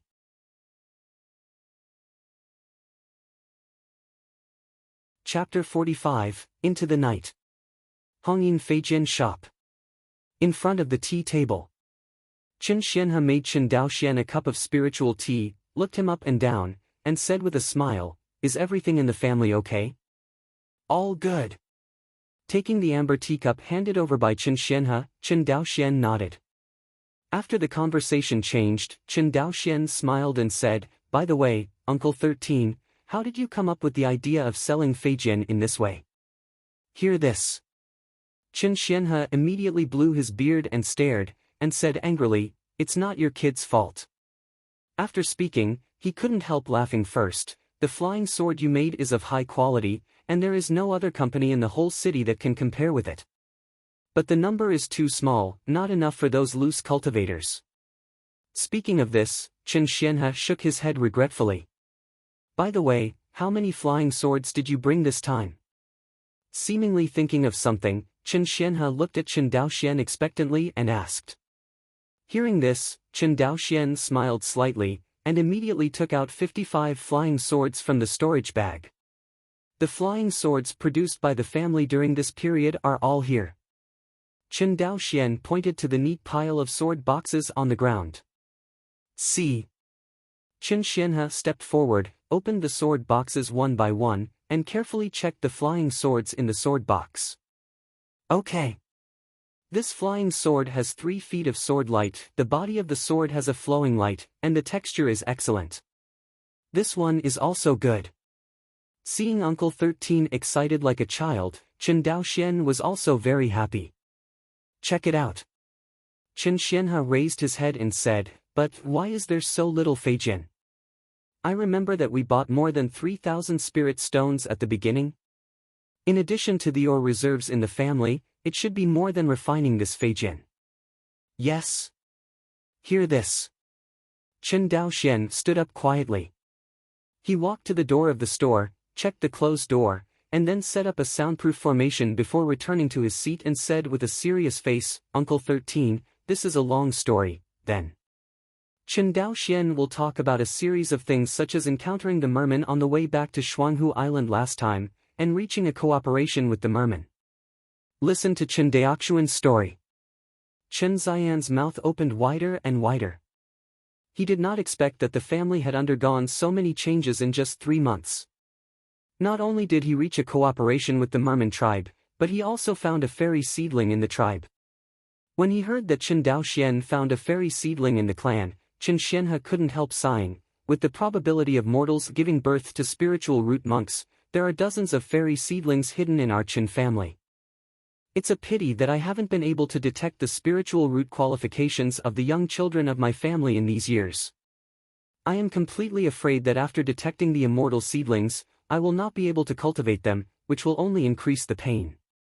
Having been the acting patriarch for such a long time, Chen Daoxian could not be more clear about the worries in Chen Xian's mouth.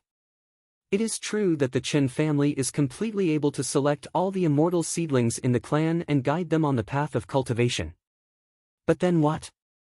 The Chen family has only one spiritual eye, which is only enough for Chen Daoxian to practice alone. Chen Xianhe even gave up his path for him. But can the other monks in the Chen family give up their practice for Chen Daoxian? Obviously not possible. After all, Chen Daoxian has the same identity as them, so why should they make sacrifices? As a result, the cultivators of the Chen family, who are short of spiritual energy resources, will inevitably fight infighting, or even split. As for going to the battlefield of Izumo to fight for a way out, it is obvious that this road will not work either. The cultivator on the first floor of Qi refining, the Chenyuan sword sect, would not even accept it. At that time, Chen Xianhe still relied on the military exploits of the cultivators of the Chen family Xian generation in the army to open the back door for Chen Xianhe to go to the battlefield. Otherwise, Chen Xianhe would not be qualified to set foot on the battlefield of Izumo with his cultivation of the 3rd level of Qi refining. This is also the reason why Chen Xianhe painstakingly wanted to cultivate a spiritual vein for the family. Seeing the immortal seedlings of the family unable to practice because of lack of spiritual energy, this kind of pain is indescribable. Actually from the heart. Chen Daoxian did not quite agree with the way Chen Xianhe managed the family. He thought that Chen Xianhe had put the cart before the horse. In Chen Daoxian's eyes, family monks or clan talents are the most important foundation of a family. In fact, the Chen family can completely select all immortal seedlings and guide them on the path of cultivation. Even if these cultivators are only at the first level of qi refining, the Chen family can let them open up a deserted island in the sea near Shuanghu Island. The Chen family only needs to take out the spiritual stones in the clan library and buy slaves to open up deserted islands for farming, which is definitely better than waiting for death with the spirit stones in the clan library. In this way, only after several generations of hard work, the Chen family will surely slowly get out of the predicament. Unlike when Chen Xianhe held it, the family looked lifeless. From this point of view, Chen Xianhe, the head of the Chen family, was not qualified. Actually helpless. After all, Chen Xianhe was not the real patriarch of the Chen clan back then. The reason why he became the patriarch was entirely a helpless move after the family cultivator died in battle and was ordered in danger. Seeing that the smile on Chen Xian's face slowly disappeared, it became bitter again. Chen Daoxian quietly handed over a storage bag. This is... Chen Xianhe glanced at Chen Daoxian suspiciously. Uncle 13, open it and take a look. Hearing this, Chen Xianhe probed his consciousness into the storage bag, and in the next second, he suddenly jumped up from his seat, looked at Chen Daoxian with a shocked expression, lowered his voice and said, "Daoxian, you are intercepting and killing him." A monk from Guang'an House. Chen Daoxian was stunned at first when he heard the words, and then he smiled bitterly. Uncle 13, can there be so many spirit stones for killing loose cultivators? That's true. Chen Xianhe nodded. Then how did you get these spirit stones? Although there is no detailed number, but according to Chen Xian's experience, this storage bag contains at least more than 50,000 spirit stones. What is this concept? In other words, this small storage bag contains at least half a first-order spiritual vein. How could Chen Xianhe not be shocked? Uncle 13, these spirit stones are all earned by me trading with the Mer people. You mean, you sold most of the flying swords you made to the mermen? Chen Daoxian nodded, exactly. Hearing this answer, Chen Xian's heart jerked, and he looked at the flying sword on the ground, and suddenly felt that it was not fragrant. Then why don't you sell all these flying swords to the Mer people? Chen Xianhe was a little distressed, as if he had lost hundreds of millions. I don't think that the supply of flying swords is tight here, Uncle 13. Besides, although the profit of the merman market is high, the market size cannot be compared with that of Guang'an Prefecture. The human market is the largest market for our Chen family. Chen Xianhe agreed with this sentence. These days, he finally felt the enthusiasm of the loose cultivators in Guang'an Prefecture. Chen Xianhe even believed that if he raised the price of flying swords in the store to 80 or even 100 spirit stones, a large number of loose cultivators would be willing to buy them. It's just that he always remembered what his nephew said, to start the Hongyin Fijian signboard, so he chose to sell at the market price and did not take the opportunity to raise the price. And this kind of behavior has also established a good brand image for Hongyin Fijian in the minds of the majority of loose cultivators, making the reputation of Hongyin Fijian continue to expand. Up to now, almost all of the scattered repairers in the city of scattered repair shops have heard of such a Fijian shop, where the flying swords sold are not only of high quality, but also cheap. The only downside is that the supply is insufficient and it is very difficult to buy. But this shortcoming is completely understandable in the eyes of loose cultivators. Because the loose cultivators all know that it is not easy for an artifact refiner to refine flying swords, and they must be refined one by one, so no one takes the opportunity to cause trouble. After all, it is a good thing for all scattered cultivators to have such an affordable magic weapon shop in the city of scattered cultivators. You're tuning into the Passion Pages YouTube channel. We're so grateful for your support, and don't forget to subscribe to join us on this incredible journey through captivating stories. Your generosity through donations truly makes a world of difference, as it's the primary source of revenue that allows me to expand and enhance this channel for you. Thank you from the bottom of my heart for being a part of this adventure.